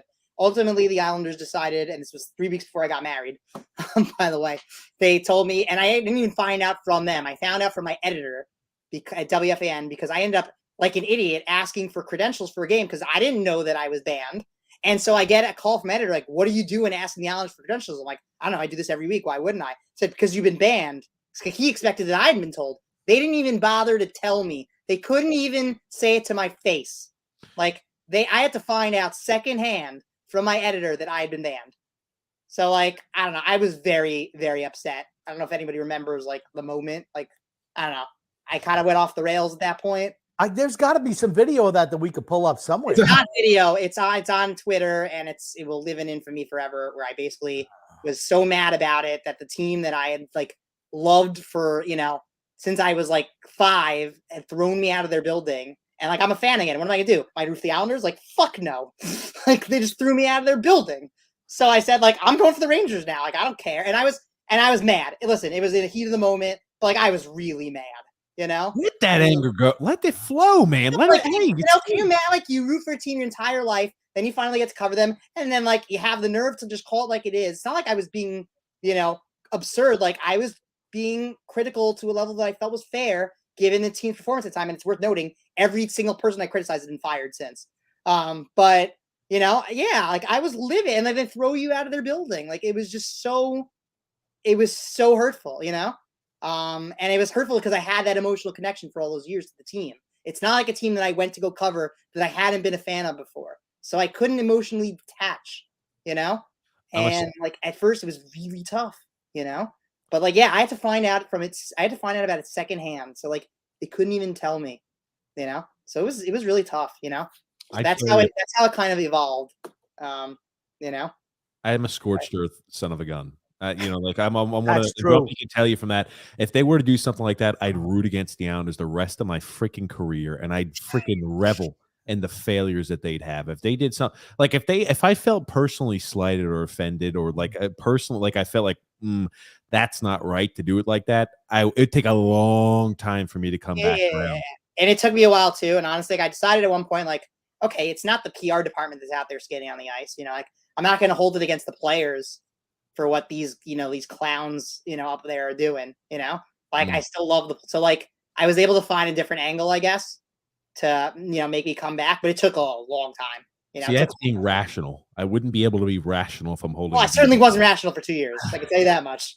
It was 2 years of irrational to get to the rational. Well, now you come through on the other side. Yeah, right, exactly. Much better man than I would be on that. I still hate those guys. Listen, don't get me wrong. Like, I hope they both, Run the hell! Go ahead and say it, Daniel. You hope when grumpy old man, then they're sending Anders Lee to Robodaw Island and run him over in the team bus. You're hoping that they're standing. If the Islanders were to suddenly decide we need different PR guys, like it wouldn't be the worst thing in the world. I think everyone would benefit. Hey, real quick question: how do we apply to get our press passes? Where do we need to go ahead? Go back in time and never tape any of these shows. I'm guessing, and then maybe give it a shot from there. Who's the person we've got to email? We'll go to send him an email. Kimber Auerbach or Jesse Eisenberg. Hey, Jesse Heisenberg. Yeah. Eisenberg. We want to. And it's not not related to Walter the actor. White. It's not Walter White. Yeah. Walter White. Oh my God. Let's get through a few more comments here. Doug R said Trotz is gone because of the exit interviews, and NHL Network will never say that. I think there's some truth definitely behind it. And Brainer 95.4 said, how is he going to be an 87-point player with guys like Bailey and Komarov on his line? Bailey. Komarov isn't even on the team anymore. Yeah. I was about to say, it depends on who he's going to be surrounded with. I've said guys who could skate. I think because we talked about it before, they have to be like players, guys who skate. Well, I'd be fine with the Villiers Palmieri line. I really would with Matt Barzal. All guys who are plus skaters. I'm fine giving Wallstrom a shot there too, but I want guys who are plus skaters. They're two solid players. They're two solid players. They're not washed up like third liners. They're guys who give energy out there in the same level of energy that is. Even Zach Parise, by the way, is a very solid. He still makes good things happen out there. Like he's still. Honestly, he's been the most reliable player they've had in some ways over the last few years. Like value. Are you about to say you want Zach Parise on the first line? No, but I'm just saying, like, he definitely had. There have definitely been worse line mates. Like Zach Parise still has a lot of skill, still brings things to the table. You know. I love Zach Parise for the signing we have him in the role he plays. I just don't want to see it to where we're saying. Oh, I agree. I just don't put him in the same category as like Leo Komarov. No, he's like not. To me, Zach Parise brings a little more to the table than Komarov does, or Bailey. He did have one goal. He did have one goal when he played on the first line. Hey, man, he was the best first line left winger out there in hockey. State of Survival said, if all the players play up to their ability, do we win the cup? Nope. No. Sorry, State of Survival. Not unless there's some serious injuries across the league in which the Islanders are the only unscathed team, and we make huge additions at the right, or a player takes a step that we're not expecting. Yeah, which has happened before, but like it's not something that you can rely on per se. Mm-hmm. Like if Oliver Wahlstrom suddenly becomes explodes for 40 goals, you're having a different conversation. Is that going to happen? Probably not, but crazier shit's happened before. I mean, Fantasyland is in Walt Disney World, right? Right. I'm saying it's nothing you can pencil in at all. So I think barring that, I don't think they're built. I don't think they're. I mean, people keep forgetting we have to make up 16 points. We have to expect regression from other teams, and our same team elevating their play. And most of the players being on the wrong side of 30. Yeah, I just don't think the chances are great. I think they're a playoff team, nothing more. I think maybe they win around tops, if that, because I think their defensive goaltending is too good for them not to get in or to be in the hunt. I just look at that and I say, like, they got to be competitive at least. I think reasonably without Chara and Green, it's going to be a team that spends less time in their own zone. We're going to be able to transition out of our own zone quicker. I'm not saying that we're going to be fantastic by any stretch of the imagination. I feel like our division is on the way down. It's competitive amongst the players teams within, but I feel like there's a lot of teams that I'm like, okay, we can be competitive. Yeah, and like we've seen teams, by the way, we've seen goalies carry teams to the playoffs. Like, I think Ilya Sorokin's good enough to do that in theory. He's just as good as anybody in this league, pretty much. Yep. I mean, I could see it. So I think they'll get in. I think they should get in. They're good enough to get in, I should say. Who doesn't get in? They should be good enough. Well, plenty of teams don't get in. The Islanders didn't get in for many times. We have a lot of experience with that. I'm just saying, who do you think would be the team? Oh, who do I do? Oh, you're not saying okay. Who don't from that division? Who made it last year? Let's say made it last year that isn't going to. I'll let you think about it for a second because I'll answer this too, Grumpy. I think it's the Washington Capitals. We talked about it last week too. I think with Nick Backstrom out with that hip injury, who knows if he'll ever come back or if he's going to be a shell of what he was in the past. Tom Wilson with the ACL, who's going to be out for a few months. I know the goaltending can't possibly be worse than it was last year. I don't think much in Darcy Kemper. I think that, TJ Oshie continues to get older. I think the silvered hair fox that is Alexander Ovechkin will continue at his unbelievable pace, at his unbelievable age, what we're seeing out there. I still think he's a fantastic guy, but I just think there's a lot of a lot of room for that Capitals team possibly to take a little bit of a step back. Everyone says that every year, and every year they have over 100 I don't think that Yeah. about the Penguins. I do think that about the Capitals. That's though. funny. I always think about the Penguins. Like I look at the team and like other than Crosby, Malkin, and maybe Gensel, like they don't have like they're not that good. And their goaltending is atrocious. Like that should not be a playoff team. I don't know, but somehow you look up and they're always right there. Always right So there. it makes no sense. So yeah, I would agree. I think Washington is there. I would also say, and I know this is this is tough, but I mean, maybe I don't know. I was gonna say maybe Carolina's took some steps forward, so I don't know about that. I always think that Carolina takes us. I've always said this every single Carolina's Carolina's taking a step I back. kind of agree. I think it's Washington. Yeah. Carolina's taking a step back. They lost Nedeljkovic. They lost Dougie Hamilton. Right. And they're better. Yeah, they're better. And Washington, I think, is going to be without Backstrom for some time also, right? Yeah, I don't even know if he'll be. I mean, he had the hip He never surgery play again. at 33, 34. He may I never don't play know. again. Like, that's a big loss. Hip injuries are devastating for hockey players. It's like I what an think ACL totally. used to be for NFL. I can't think of anyone who's come back from a serious hip injury And ever. been the same player, even. Ever. I mean, I remember Ryan Kessler. He was the first guy who had the hip. Yeah, I mean, I'm he sure was other never- guys never have the had same. hip injuries, but when he had that hip injury, he was the first one that was acknowledged hip injury, and he was never the same. Never. I loved Ryan Kessler. I wanted him on the Islanders forever.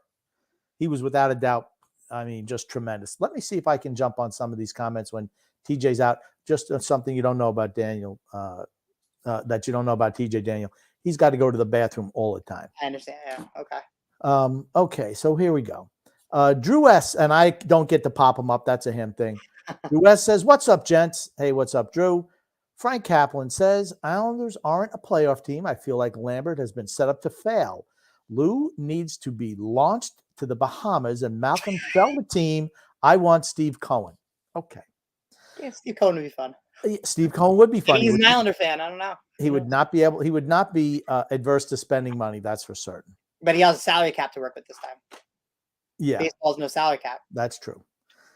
Scott Levy says Daniel fits right in as he has no or little hair on top as well. I forgot to tell you, Thank Daniel. you. This is like everyone's family here. Just to let you know, we don't care what people. And if you are offended, I'm sorry. I don't care. Okay. Mike Moisa says, Danny Friedman with 3 exclamation points. You're very popular with him. Thank you. Then Michael also says, D-Cut is public enemy numero uno. Then David Cutler, who's known as D-Cut, says TJ throwing another millennial hissy fit. Michael M. also says, we need our own NWO against the Islanders media cartel. Very true. The new Islanders order. I'm cool with that too. Nicholas Conti says, Lou mails his postcards and it takes until September for them to come in. Wonder why the contracts get announced so late. That's a relatively new thing. It's only been the last 2 years. Before then, he was very proactive in announcing it. I just think, they say guys lose it off their fastball. I think he's even lost his changeup at this point. Chris S. says, this is a question for you, Daniel. What have you done in that position with what would you have done in that position with Wallstrom and Bellows, and who would you have played them with as a line? I step away for 1 second and Grumpy goes on this fucking shit where he does this shit all the time. He's like, all righty, I'm done with that point. Let me just go ahead and blast through comments. Wallstrom and Bellows. So yeah, I mean, like, I don't know. I would have tried. Wallstrom and Brock Nelson. I feel like could be a good match. Especially, I think Brock Nelson's not quite as fast. I think, like, skating wise, they could probably be on the same page a little more. Bellows is more of a tweener to me. Like, you could really play second or third line. Like Wallstrom, he's either gonna be a top 6 or he's useless in the NHL. I think. True. Yeah. Scott L says, Daniel, what are your feelings / thoughts about Ledecky still slobbering and believing in Lou? I don't know that he really does think that. I just think, like, what else is he gonna say? Like, you catch him outside with him. Like, what is he gonna do? Throw his GM under the bus? Like, no one's gonna do that unless they're unhinged. And if he did that, by the way, we would say, oh, there's something wrong with Ledecky that he would do that. Like, it's funny, right, that would create a whole other set of issues. And like, who's gonna wanna work for the Islanders if your owner is just gonna throw you under the bus publicly like that? While you're still on the job. Now you saw that interview, right, Daniel? Yeah, no, but you can't. You're not Now, going to put your GM under the bus like that. Isn't the fun follow-up after he goes through all that, the guy going, really? Isn't that like the fun follow-up? Yeah, no, that's great. That's great. But like, what else did you expect him to say, though? Yeah. You know? You We really spoke believe to that? somebody who was there at that charity spot, and he said he spoke to Ledecky afterwards, and he said that he firmly believes, based off of the additional conversation that they had, that he's entrenched in the yes, we do believe in Lou Lamoriello. At first, I'm like, it He's seems not like going a to tell hostage anybody video. if they're What else not. But again, what is he going to say? What else is he going to say? He's going to tell a fan, "Oh yeah, I don't like Lou Lamoriello." Like, come on. I would love for our ownership to say, I know last year was disappointing, but we feel like the pieces we have in place. Yeah, that allow us part to is be- not great. I feel like you want a little bit more disappointment from him. You know what you He want? seems like TJ superly optimistic, right? Yeah. What TJ wants is George Steinbrenner as owner. Yeah, what's wrong with that? I wish it was like Nothing except the European fact that football. everyone was terrified of him. I'm pretty sure there's a quote out there from someone who used to work for the Yankees that was like in the 80s or something like that. And it was like, and the quote is something to the effect of like, the phone would ring in the middle of the night and you knew it was either Mr. Steinbrenner or a death in the family, and you started rooting for a death in the family. That's how bad it was. Yeah. So yeah, I don't know if that's healthy either, but it's worth noting, by the way, that Lou Lamoriello, I believe, has worked with George Steinbrenner in the past. So I feel like George Steinbrenner would have hired Lamoriello. Maybe that's why they got the haircut thing. Maybe that's definitely where he picked it up from. 100% he picked it up from the Yankees. I think that's a good segue, because there was a comment asking about, or asking questions about the reason why we don't have any of these polls with big name free agents. He says, Scott Ellis said, Daniel, do you think that another reason that free agents will not sign here is because of Lou and his standards and rules? No, I don't. I think that, if the team is good, then like you'll shave your beard to win. I think if that's what it takes. Plus in the playoffs, like they know the rules are different, but like, I don't know, you don't see anyone not sign with the Yankees just because, and again, I know it's a little different, but like you don't see, again, the money in baseball is different to begin with. So you don't see players not signing with the Yankees saying, well, I wanted to keep a beard, so I didn't sign with the Yankees. Like that would just be ridiculous kind of, So whether you agree with the rules or not, I don't think that that's a determining factor ultimately. I bet you Brent Burns never would sign here. Okay, and you know what else? I don't think the Islanders need Brent Burns at this point. He's aging, and if he keeps letting that beard grow, he's going to trip over it. So you know what? Like, can you imagine how ugly he is if he thinks that beard is a good look for him? Yeah, I don't really know. Yeah, and he Thornton had that thing going on at the same time, and it was just the graying, and it's a mess. Chris Smith also says here, Daniel Friedman, how do you make the Islanders better? A little bit of a loaded question. 30 seconds is all you got. Very vague though, because like there's a lot, like you could bring in Connor McDavid that would make the Islanders better. No, you mean like how realistically do you make the Islanders better? I mean, I think at this point you've got to leverage. I think at this point you've got to go out, because if you try to make a trade before the season, I think teams know you're desperate. You got to go roll your cards right now. You hope a guy like Anthony Beauvillier takes rebounds. You hope some of these younger guys take a step forward, not just because it'll help a team, but also because one of them could turn into a valuable trade chip that you could flip for that missing piece in theory if you're close, right? If you're in contention and you think, oh, well, we're a sniper away from being more than this, and now you've got trade chips to work with, then you're in a position to strike. I think that's when you can make the team better. But again, that also is assuming that the Islanders are actually going to pull the trigger on a trade like that, which I just don't know that they're going to do. Because they were in that position last summer where they had players that had better value and they waited a year to, and those players lost that value. Anthony Beauvillier had more value last summer than he did this summer, right? If you're going to trade him, last summer was the time to do it, So you have to hope a player like that rebounds and builds some trade value.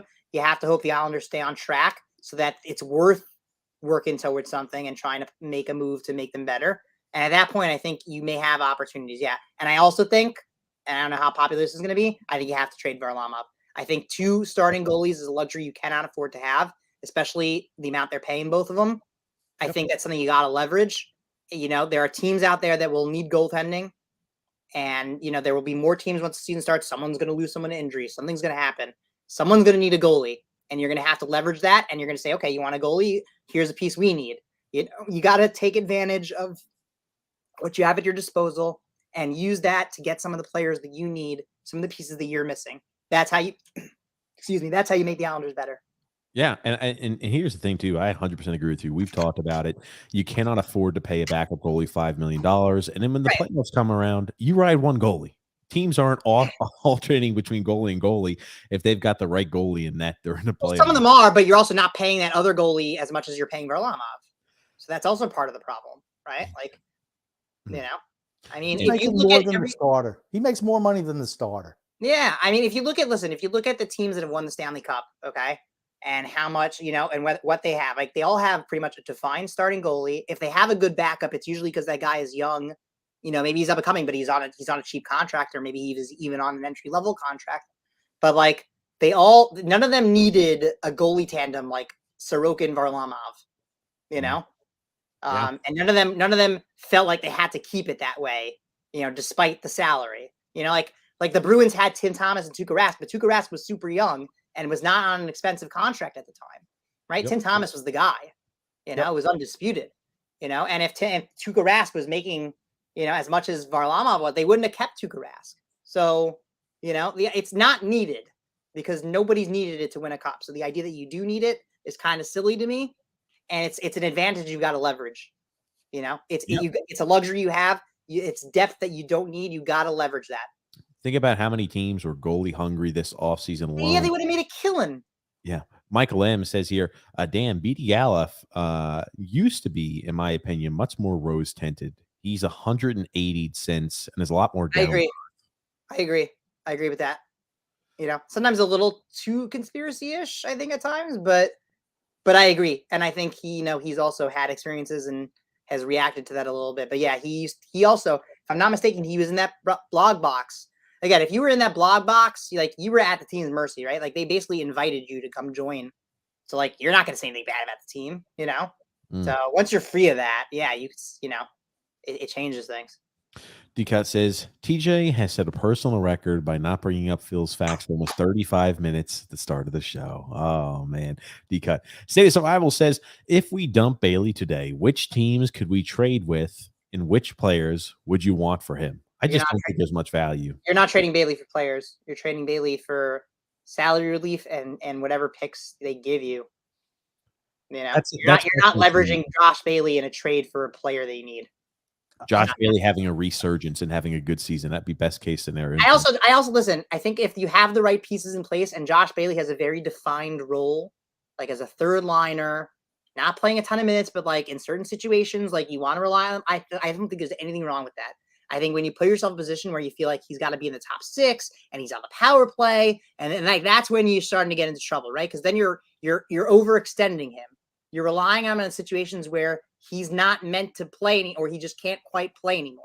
He used to be better, but he's lost a step, and like you can't rely on him as much. So I think if he had a limited role, there's a place for him on a winning team, But again, that comes down to personnel.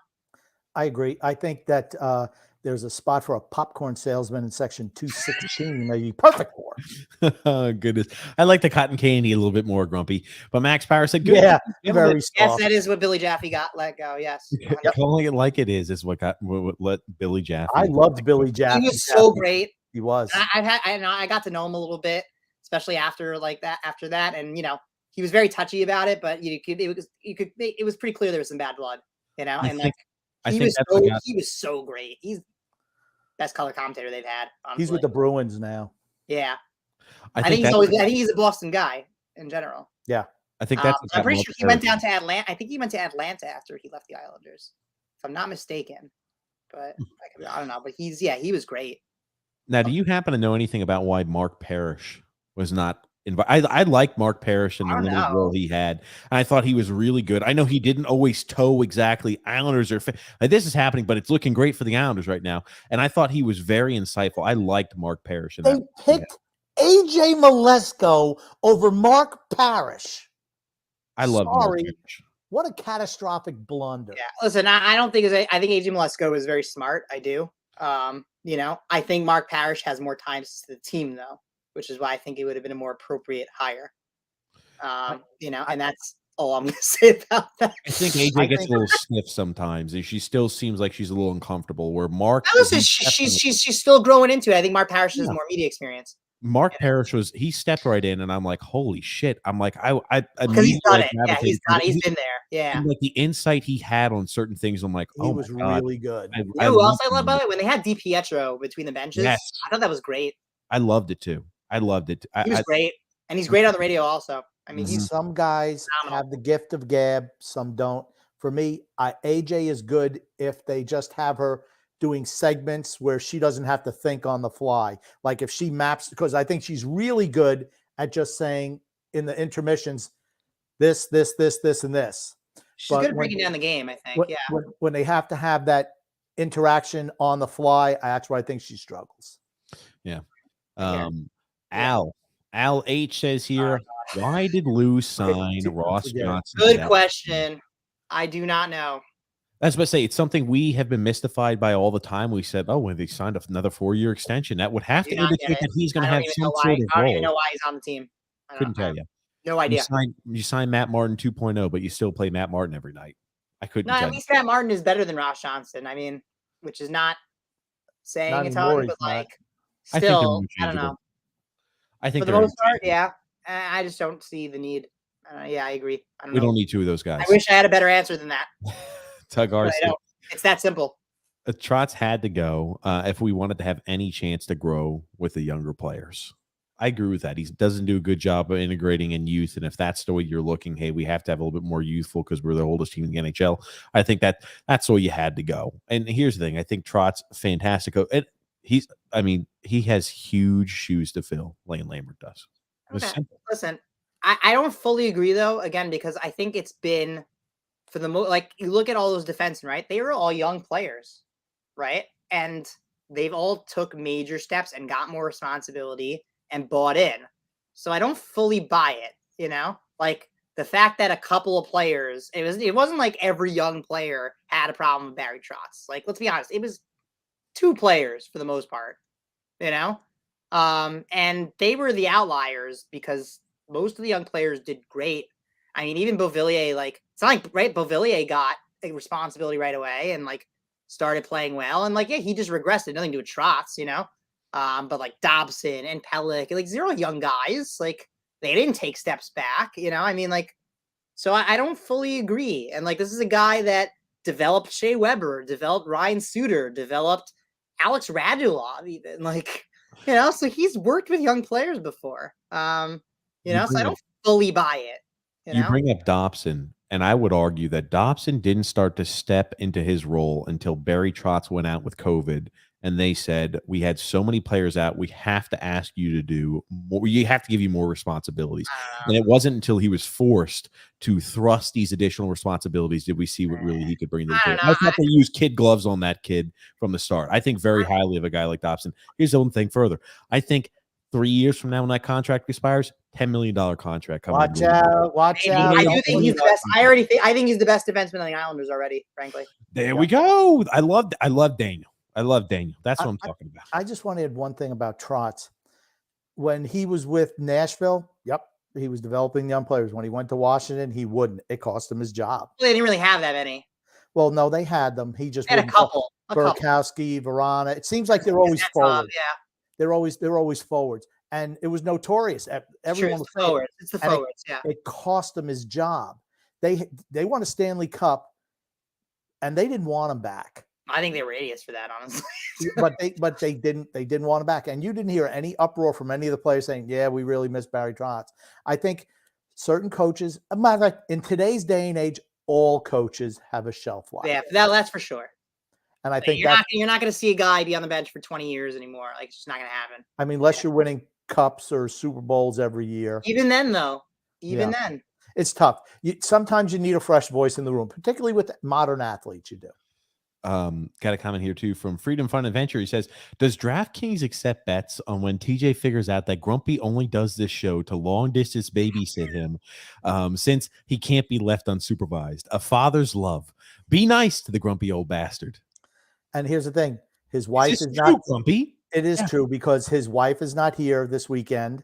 And so he's lost. He's lost. He's probably eating moldy bread with rotten cheese. What else? What other last moldy food I had that I found out later was hot dogs, man. That was it. I've got some food Unbelievable. that's near the expiration Unbelievable. date, but I got to start eating. Hot it. dogs only have one color, just to let you know for future reference. Anytime there's shades of uncooked hot dogs, they're not good. Here's the thing. Maybe they still were good. It didn't. No. They were like green dots. There were dots all underneath it, but they shouldn't have expired by then. So I don't know. And maybe it was just a manufacturing. You can't leave them on the kitchen counter all week. No. They were in the fridge. Went from right to the fridge. I unpackaged them, went right into a Ziploc container. I hear you're I hear you're so cheap that you put the thing like on 8, so it's like not really as cool. hot as I was about to say, as warm as I can keep it to save energy. Yeah. Frank K said, then why were guys like Wallstrom and Bellows better under Lane? Yeah, I agree. Those two guys definitely felt like they were, under pressure. And like, again, rightly or wrongly, the bottom line is you ended up with two players who felt like they were being strangleholded by the coach. So, and they were. That was the end result, So, yeah. Michael T saying, "What's up, TJ? Hello. What's up, Grumpy? Hello, Mr. Friedman. I love the Fisherman logo. Like my students call me. People hate the Fisherman logo. Like when I'm in trouble, if I'm in trouble, like Mr. Friedman, Mr. Friedman. What's going on over there? Yeah. But thank you, Mr. Freeman. We're gonna have to revoke your press pass. Did they at least say it like that? Did they say it like? They didn't even tell me. Yeah. My God. They didn't even tell me. I had to find out. Max P says here, Sonny Milano is an upgrade over Bailey and is certainly going to come cheaper. I don't know. I just don't They're think two different types of players. They're in different roles. Like, again, like you want to tell me he's an upgrade over, like, I don't know. I'm trying to think of a top 6 forward, but like they don't really have that many. We don't have any top 6. It's probably like, how sad is that? They're like, oh, top 6 forward. They don't have any. Yeah, they don't have right. They just don't have enough. I'm saying they have this right. They have the centers, but like the wingers are a lot less defined. Yep. No, we don't have one. Brett W. Except for Andersley, they're completely undefined, actually. Maybe Kyle Palmieri. Grumpy, do your little Andersley, the little chin of that. He's got the biggest stand chin I've ever seen before in my life. Brett W. says here, Bellows was great in limited time with Barzal, but he had one game he didn't score, back to the bench under Barry Trotz. But Komarov did nothing and got to play with Barzal all year. I won't miss. Because Barry Trotz is looking at it saying Komarov's not going to turn over the puck. Okay. Here's my bone to pick with that. Toronto, to start the next year, he takes a shitty penalty that would have got any of the young guys benched for a week. I remember that. Because they're young. That's right. Because they're young. He takes a crappy penalty that leads to the tying goal. Then he dogs it coming back, which leads to the overtime loss. Right. I'm sorry. And then I he's agree. like, listen, I also want to say, like, on some level, right? Like, if you take a young player, it's still impressionable. Like, you can still teach a lesson, right? A veteran, like, kind of is who he is, Like, yeah, you could bench him, but, like, is that really going to change anything about his game? Like, no, You want to know he is who he is. Here's the way I think it. If you bench him for a young guy, you see him, you know what? Yeah, I want to get on that ice again. I loved the narrative last year pushed by the media cartel, Kevin Kurtz included, that I think it was only Kevin Kurtz. Kevin Kurtz is a good guy. Listen, Kevin Kurtz. I like him a lot more than I like Arthur Staple. I think he does a better job reporting. Barry Trotz was benching the younger players to send a message to the veterans. Absolutely not. If he actually believes that, I can't help him. You know how you send a message to the older players? You bench them. That's how you send a message to any. Is it really sending a message, I guess? Like, is it really going to change anything about the way they play? Yes. Here you go, buddy. I know you're trying to get additional contracts to keep your prolonged career in the league. If I start benching your ass and you're a healthy scratch, it's going to be really hard for you to have value amongst any other team in the league. That's true. Or when they're lazy, ice time for anybody, it's going to affect the way they play and their mentality. Or when the flip side, that player can just demand a trade. Great. I want most of the guys who are old. Like the kid, it's harder for the kid to do that, I don't know. Yeah, that's right. Bench the veterans. If they want to trade, great. Let's kill 2 birds with 1 stone. Get rid of the guys over 30 who, sorry. Enough with the cul-de-sac mentality on this team. Everybody hangs out in the backyard. They all drink beer and eat hot dogs all day. I've had enough of that. I think we've all said it, right? Like, Lane Lambert's got big shoes to fill. Whatever you want to say about Trotz, like, every coach has their good and bad, right? Like, Trotz is still one of the best coaches in the league. So, big shoes to fill. Michael T saying, so now the Islanders are getting Patrick Kane. Hey, what the F is wrong with you people? I'm starting to believe it's just the sake of making moves that some people want, and it's just that dopey. Yeah, I could see. Here's the thing. We're not making a move for a guy like that, but they're just looking to make rumors and to spread shit to go ahead and pass on his contact. Goon says, "Am I crazy, or do I think that TJ and Daniel did a radio show? It would be akin to Mike, TJ, and Mad Dog, Daniel. You'd be out of a job, Grumpy. Don't let the door hit you a hiney on the way out." No problem. I'm just glad I wasn't compared to Mike and I was Mad Dog. Who's Mike? I don't know who Mike is. Mike and Mad Dog. I never listened to Mike and Mad Dog. I knew well, they're not together anymore. Right, I know that they. Mike Francesa and Chris Russo. Yeah. Mike and the Mad Dog. The Mad Dog. Brett W says here, I don't think of Barzal as a baby at all. I just see him being frustrated with a former coach didn't put him in the best position to succeed. I hear. I see that a little. I also say he still probably should have been better. I don't know. Like, it's both to me. Michael T said, this team will develop chemistry and will make the playoffs 100, says Michael T. Stephen S.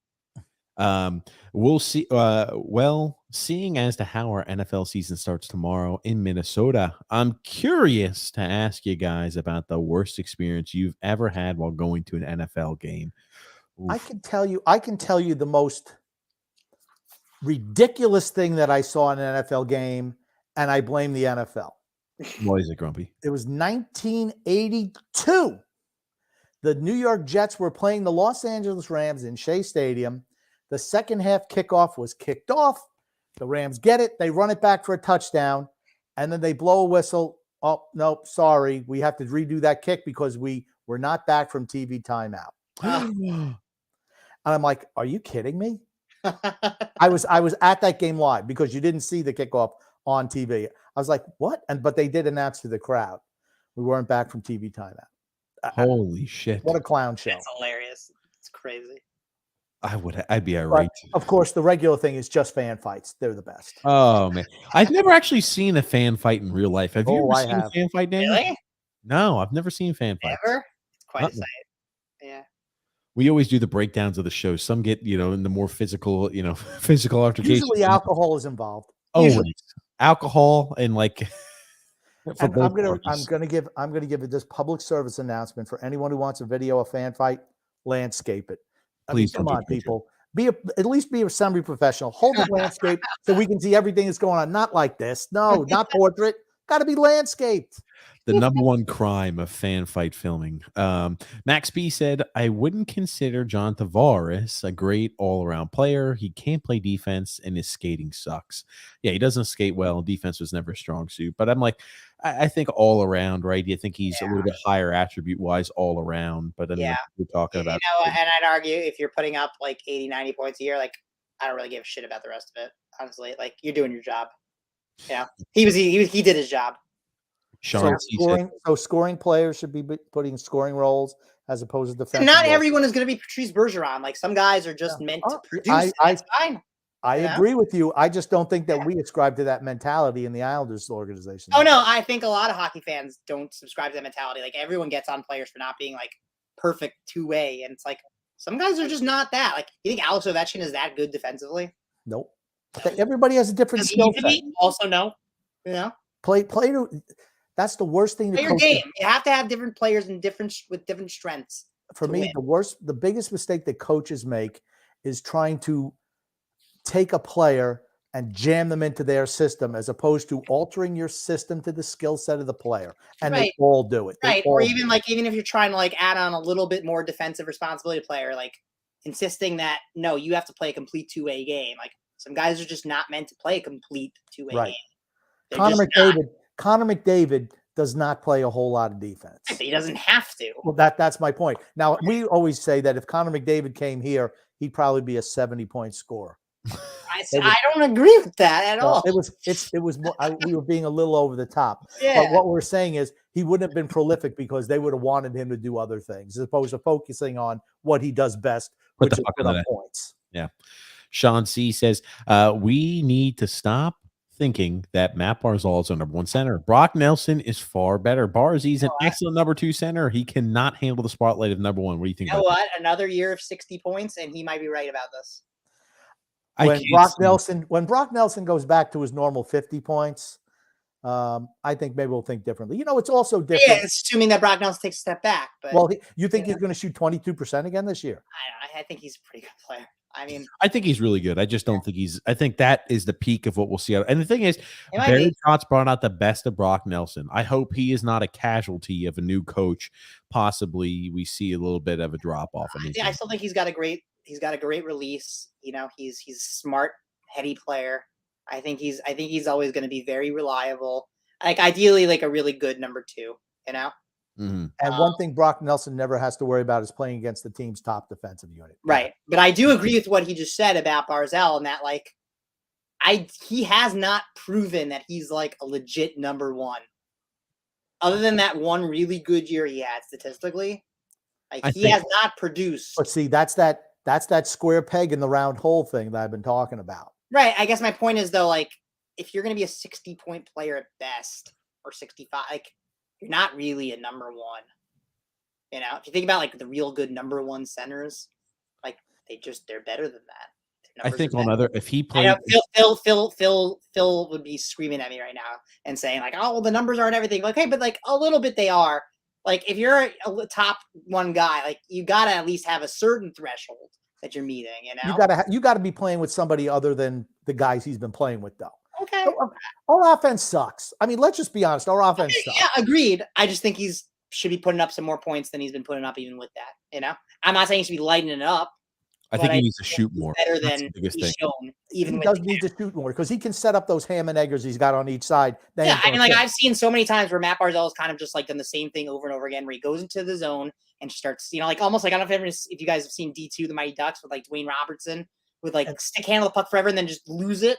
Matt Barzell to me this year, half the year was Dwayne Robertson. And would just make these play and try and then by the time he looks up to make a play, he's getting hit or knocked off the puck or it's too late or whatever. And trying to do too much. And maybe some of that is he thinks he doesn't trust any of his line mates. I don't know. But the bottom line is I've seen some really bad decisions from him. But here's the thing. His forwards don't move when they're in the offensive zone. That's true. I mean, you got Andrew Lee just stands in front of the net. And Andrew Lee is a bad match for him to begin with.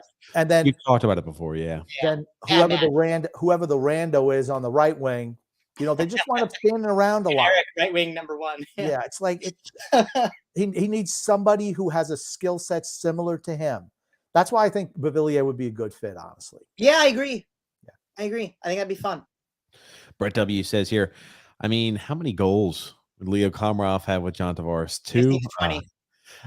Nick D said, TJ, Grumpy, Daniel, how are you guys doing? Don't forget to smash the like button. That's right, guys. If you enjoy the content, make sure to leave a thumbs up. I always forget to say that at the top, but yes, don't forget. Oh, no. State of Survival says, what would you think if a team named Thompson as a new Islanders head coach? I think I'd find a different team to root for.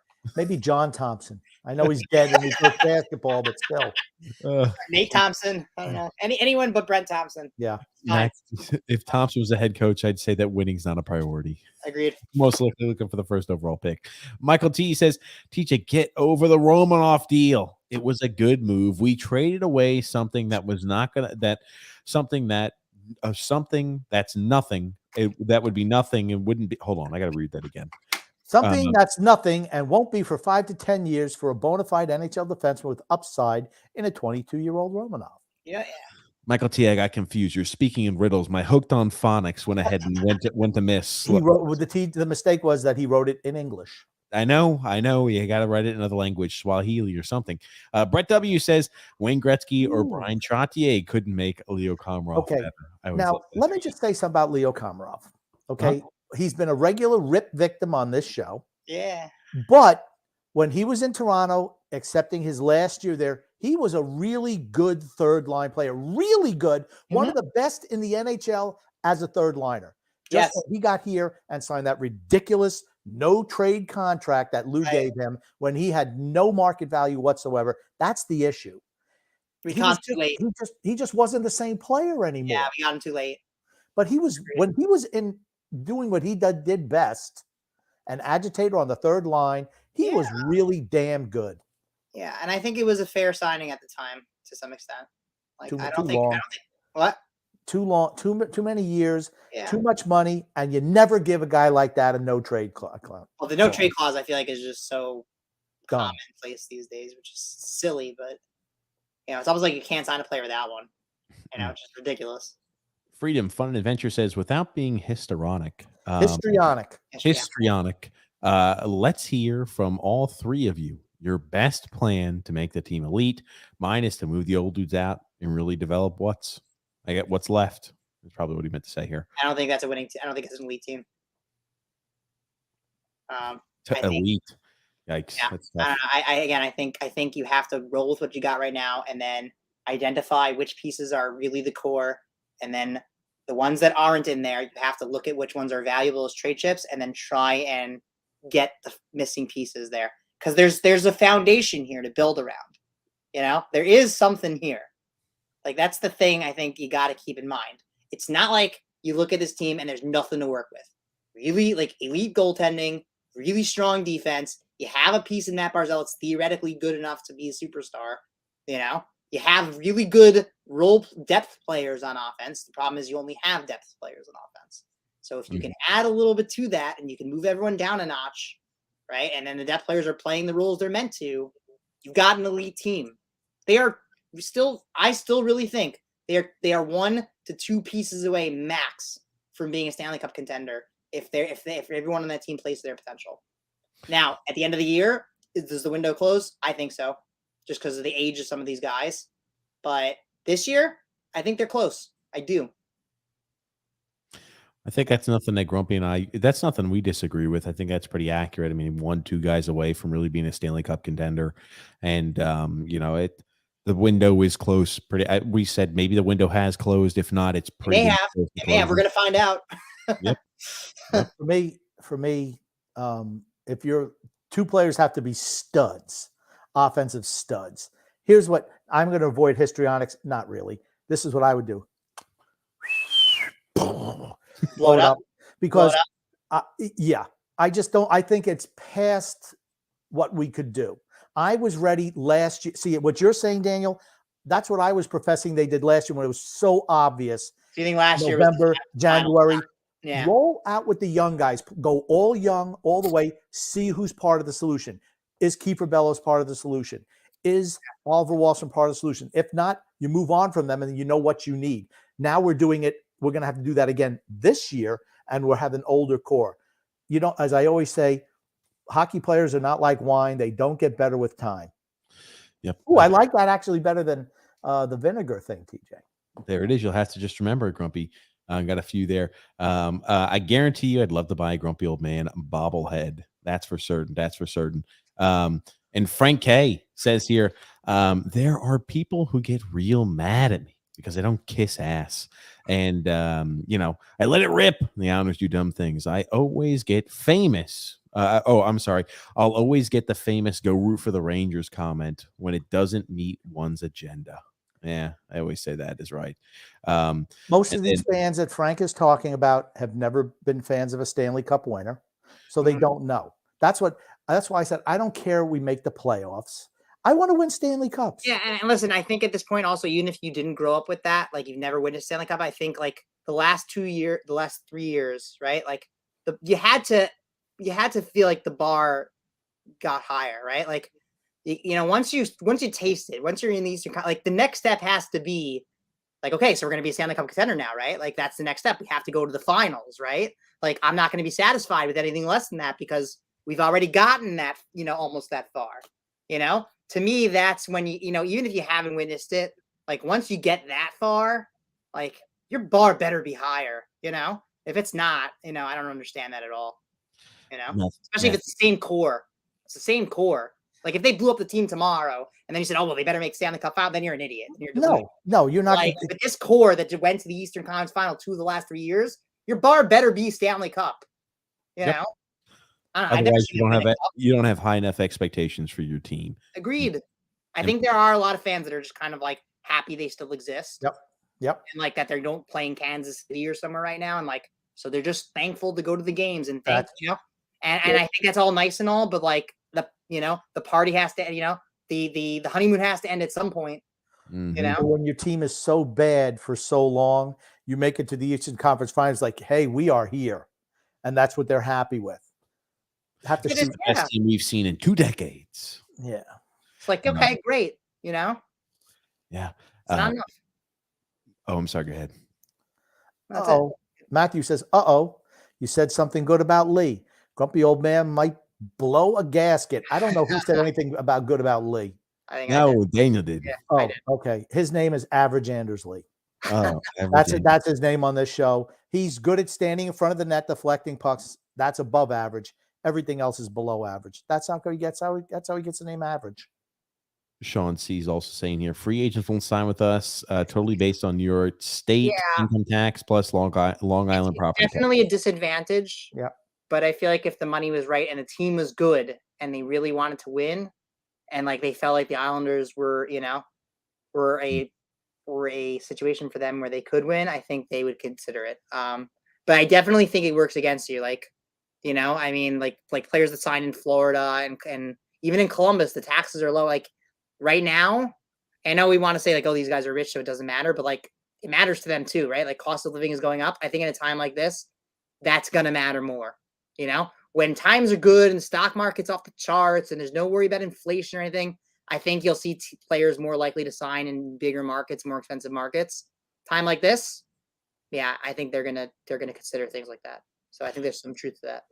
D-Cut said, TJ, make yourself useful for once and find Daniel's tweet after the Petty Islanders PR staff took away his credentials. He has like 142,000. I looked at it, I was like, oh man, maybe we'll scroll through. I'm like, I'll never be able to get to a D-Cut. That would have been cool if we could have, but not right now. I'll save you the trouble. I think I took it down. Oh, damn. Well, there you go. Searching for nothing. Don't worry, it lives on the internet somewhere, I'm sure. It lives in the ether somewhere. It's somewhere. The internet's forever, so it's somewhere. But Max P says here, Brian Strait, he's a warrior. Oh, he battles hard. He plays hard. Oh man. And Sean C battle level. He has good battle level. That was Capuano's Oh thing, my right? God, yes. Battle level. I had forgotten about that. I'd forgotten about that. I hadn't heard that in a long time. So sick of hearing that. Battle level is good. Our battle level is good. Every start of the press conference, like your battle level sucked. You lost 5-0. I don't know if I blocked that out of my memory banks, but now it's coming back. My God. Like they get blown out. Like, yeah, our battle level was pretty good. We had a good start to the game. And then what? And you lost 5-0. We played well today. Sean C saying here, Barclays was known as a terrible rink league wide. Ice conditions were terrible. Yeah, they were using like plastic piping under they were using PVC pipe, I think, underneath. No, are you serious? And yeah, like it was a big problem. Yeah. So like the refrigeration system was crap. There were a lot of issues. Yeah, it was a known thing. Because you know what, they were like meant to host like Disney on Ice once in a while. Like they weren't thinking they were gonna host 41 nights a year of NHL hockey. It's a basketball arena. It's a basketball arena. Right. And I mean, listen, I'll never understand why they didn't build it for both, because you had to know the Islanders had arena situation, and like you could attract them to come if you just built it for both. If they built it for both, they'd probably still be there right now. Probably. I could see that.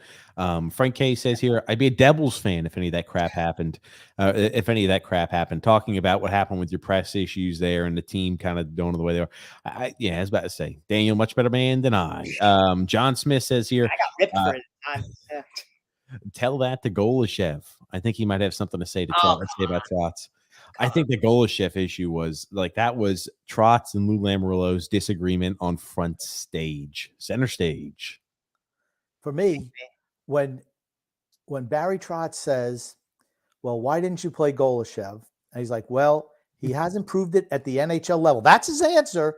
I'm like, dude, he's only played for your organization. How is he ever going to get a shot at the NHL level if you say that he hasn't done it at the NHL level? That's the catch-22, isn't it? Yeah, I guess. I don't know. The flip side of that is that there are other guys, like even if they've been held on a tight leash, like at least they're playing, and if they were good enough to be in the lineup. Right, like if Golashev was good enough, like maybe he's on a tight leash, but he'd be on the roster, And I think the fact that no other NHL team was like, it's not like there were a million teams lining up to sign him afterwards, right? Like, so I think it's, he doesn't seem like he was such a hot commodity, So I don't really blame him on that one, I think it was the issue that they had because like Golashev, this is what Golashev said. And I could definitely see that being true when we were told it was somewhere along these lines too. He was told he's going to dress. He was told he's going to play. and they said, "Hey, you're playing tonight," and then he said, "Nope, last minute, no, you're not. Why is it coach's decision?" And they had told him, "Hey, you're going to be the next guy called up," and they called up so many other players in front of him. But that's again, like that's Coach G. Oh man, you're great. You're going to do this. You're going to do that. That's what I always say on the job. I'm But sure they maybe they wanted that and they wanted to believe that, and then he just wasn't good. My whole thing is you were so bad last year. You couldn't have rolled him out there for a couple of games I guess he had nothing to lose. Yeah. to see what he had. That's all he had to do. Just Yeah. what he had. And if you say, gosh, he ain't got it. Yeah, I know he's a goal scorer and he's supposed to be a great skater and he can't skate and he can't handle a puck. Okay. But you never gave him a shot. That's why I think give him a shot. What do you got to lose? Drew L says, and I bet Oh, Hosang has something to say about Trotz and Andersley. Oh, goodness. Trotz and Andersley, yeah. How do you say Grumpy? Why don't you say Josh Hosang Grumpy and then Andersley little? So I'm just kidding, of course. Yeah, me. Yeah, you know, the Josh Hosang one was an odd one, and Drew L also said, yeah, TJ Hosang, 1 KHL game and 1 point registered. Yeah. That's a guy who had so much talent, and again, we did him. He wasted it. He wasted it. That's on Josh Hosang. I mean, like, it's the guy that's been given every opportunity, and like he's just been very childish a lot of times. And, He's a guy that they needed to handle a little bit differently. I do agree with that. I mean, think they tried it first. Not when Lamoriello was there. When he first came up, they said, you know what? He was good in camp. This is out of their mouths. He was good in camp. And, you know, people said that he's had issues. We haven't seen them, but we want to send him down to work on those issues. Well, dude, if you haven't seen those issues, why are you sending him down to work on the so-called issues? And they you haven't seen clean slate for everybody. Clean slate. I guess. I don't know. The flip side of this all is right. Like, if he was really that good, he'd be in the NHL right now. I don't think the talent was good enough. Right? It's like I think it's the opposite. I think talent was good enough. I don't think he had some of these guys just have the talent, but they just mentally. There's certain you have to have a certain mentality. Right. But we have a thing here but that's what I mean. If you handle the kid differently, there's a reason why he dropped in the draft, right? There's a reason why he dropped in the draft. He had this reputation, obviously. Right. You give him when he came up and he played well with Dobson. I thought he and Dobson were really good. He was a creator. Brock Nelson. I'm sorry. Who was that? Who did I say? Dobson. Dobson. My bad. Sorry. Yes, Nelson. He showed something. And then I believe he certainly had issues, but you got to handle somebody he's a modern day athlete. You got to handle him differently. If you didn't like him, move him. Right. Why let him just rot on the vine? We around here referred to players getting Hosanged, where you just let them run out their career and just let them go, and then they're done. Mm-hmm. And then Thomas Amadeo says, here's a question. If we win the cup, does that make it okay if Barzal were to leave the island? Could you imagine that? He's got a girlfriend on the island. He really wants to stay. That's right. And this is this is such a theoretical question. You know, if we won the cup, oh Jesus, yeah, I don't think he would want to leave, but I don't think he would then leave if they won a cup.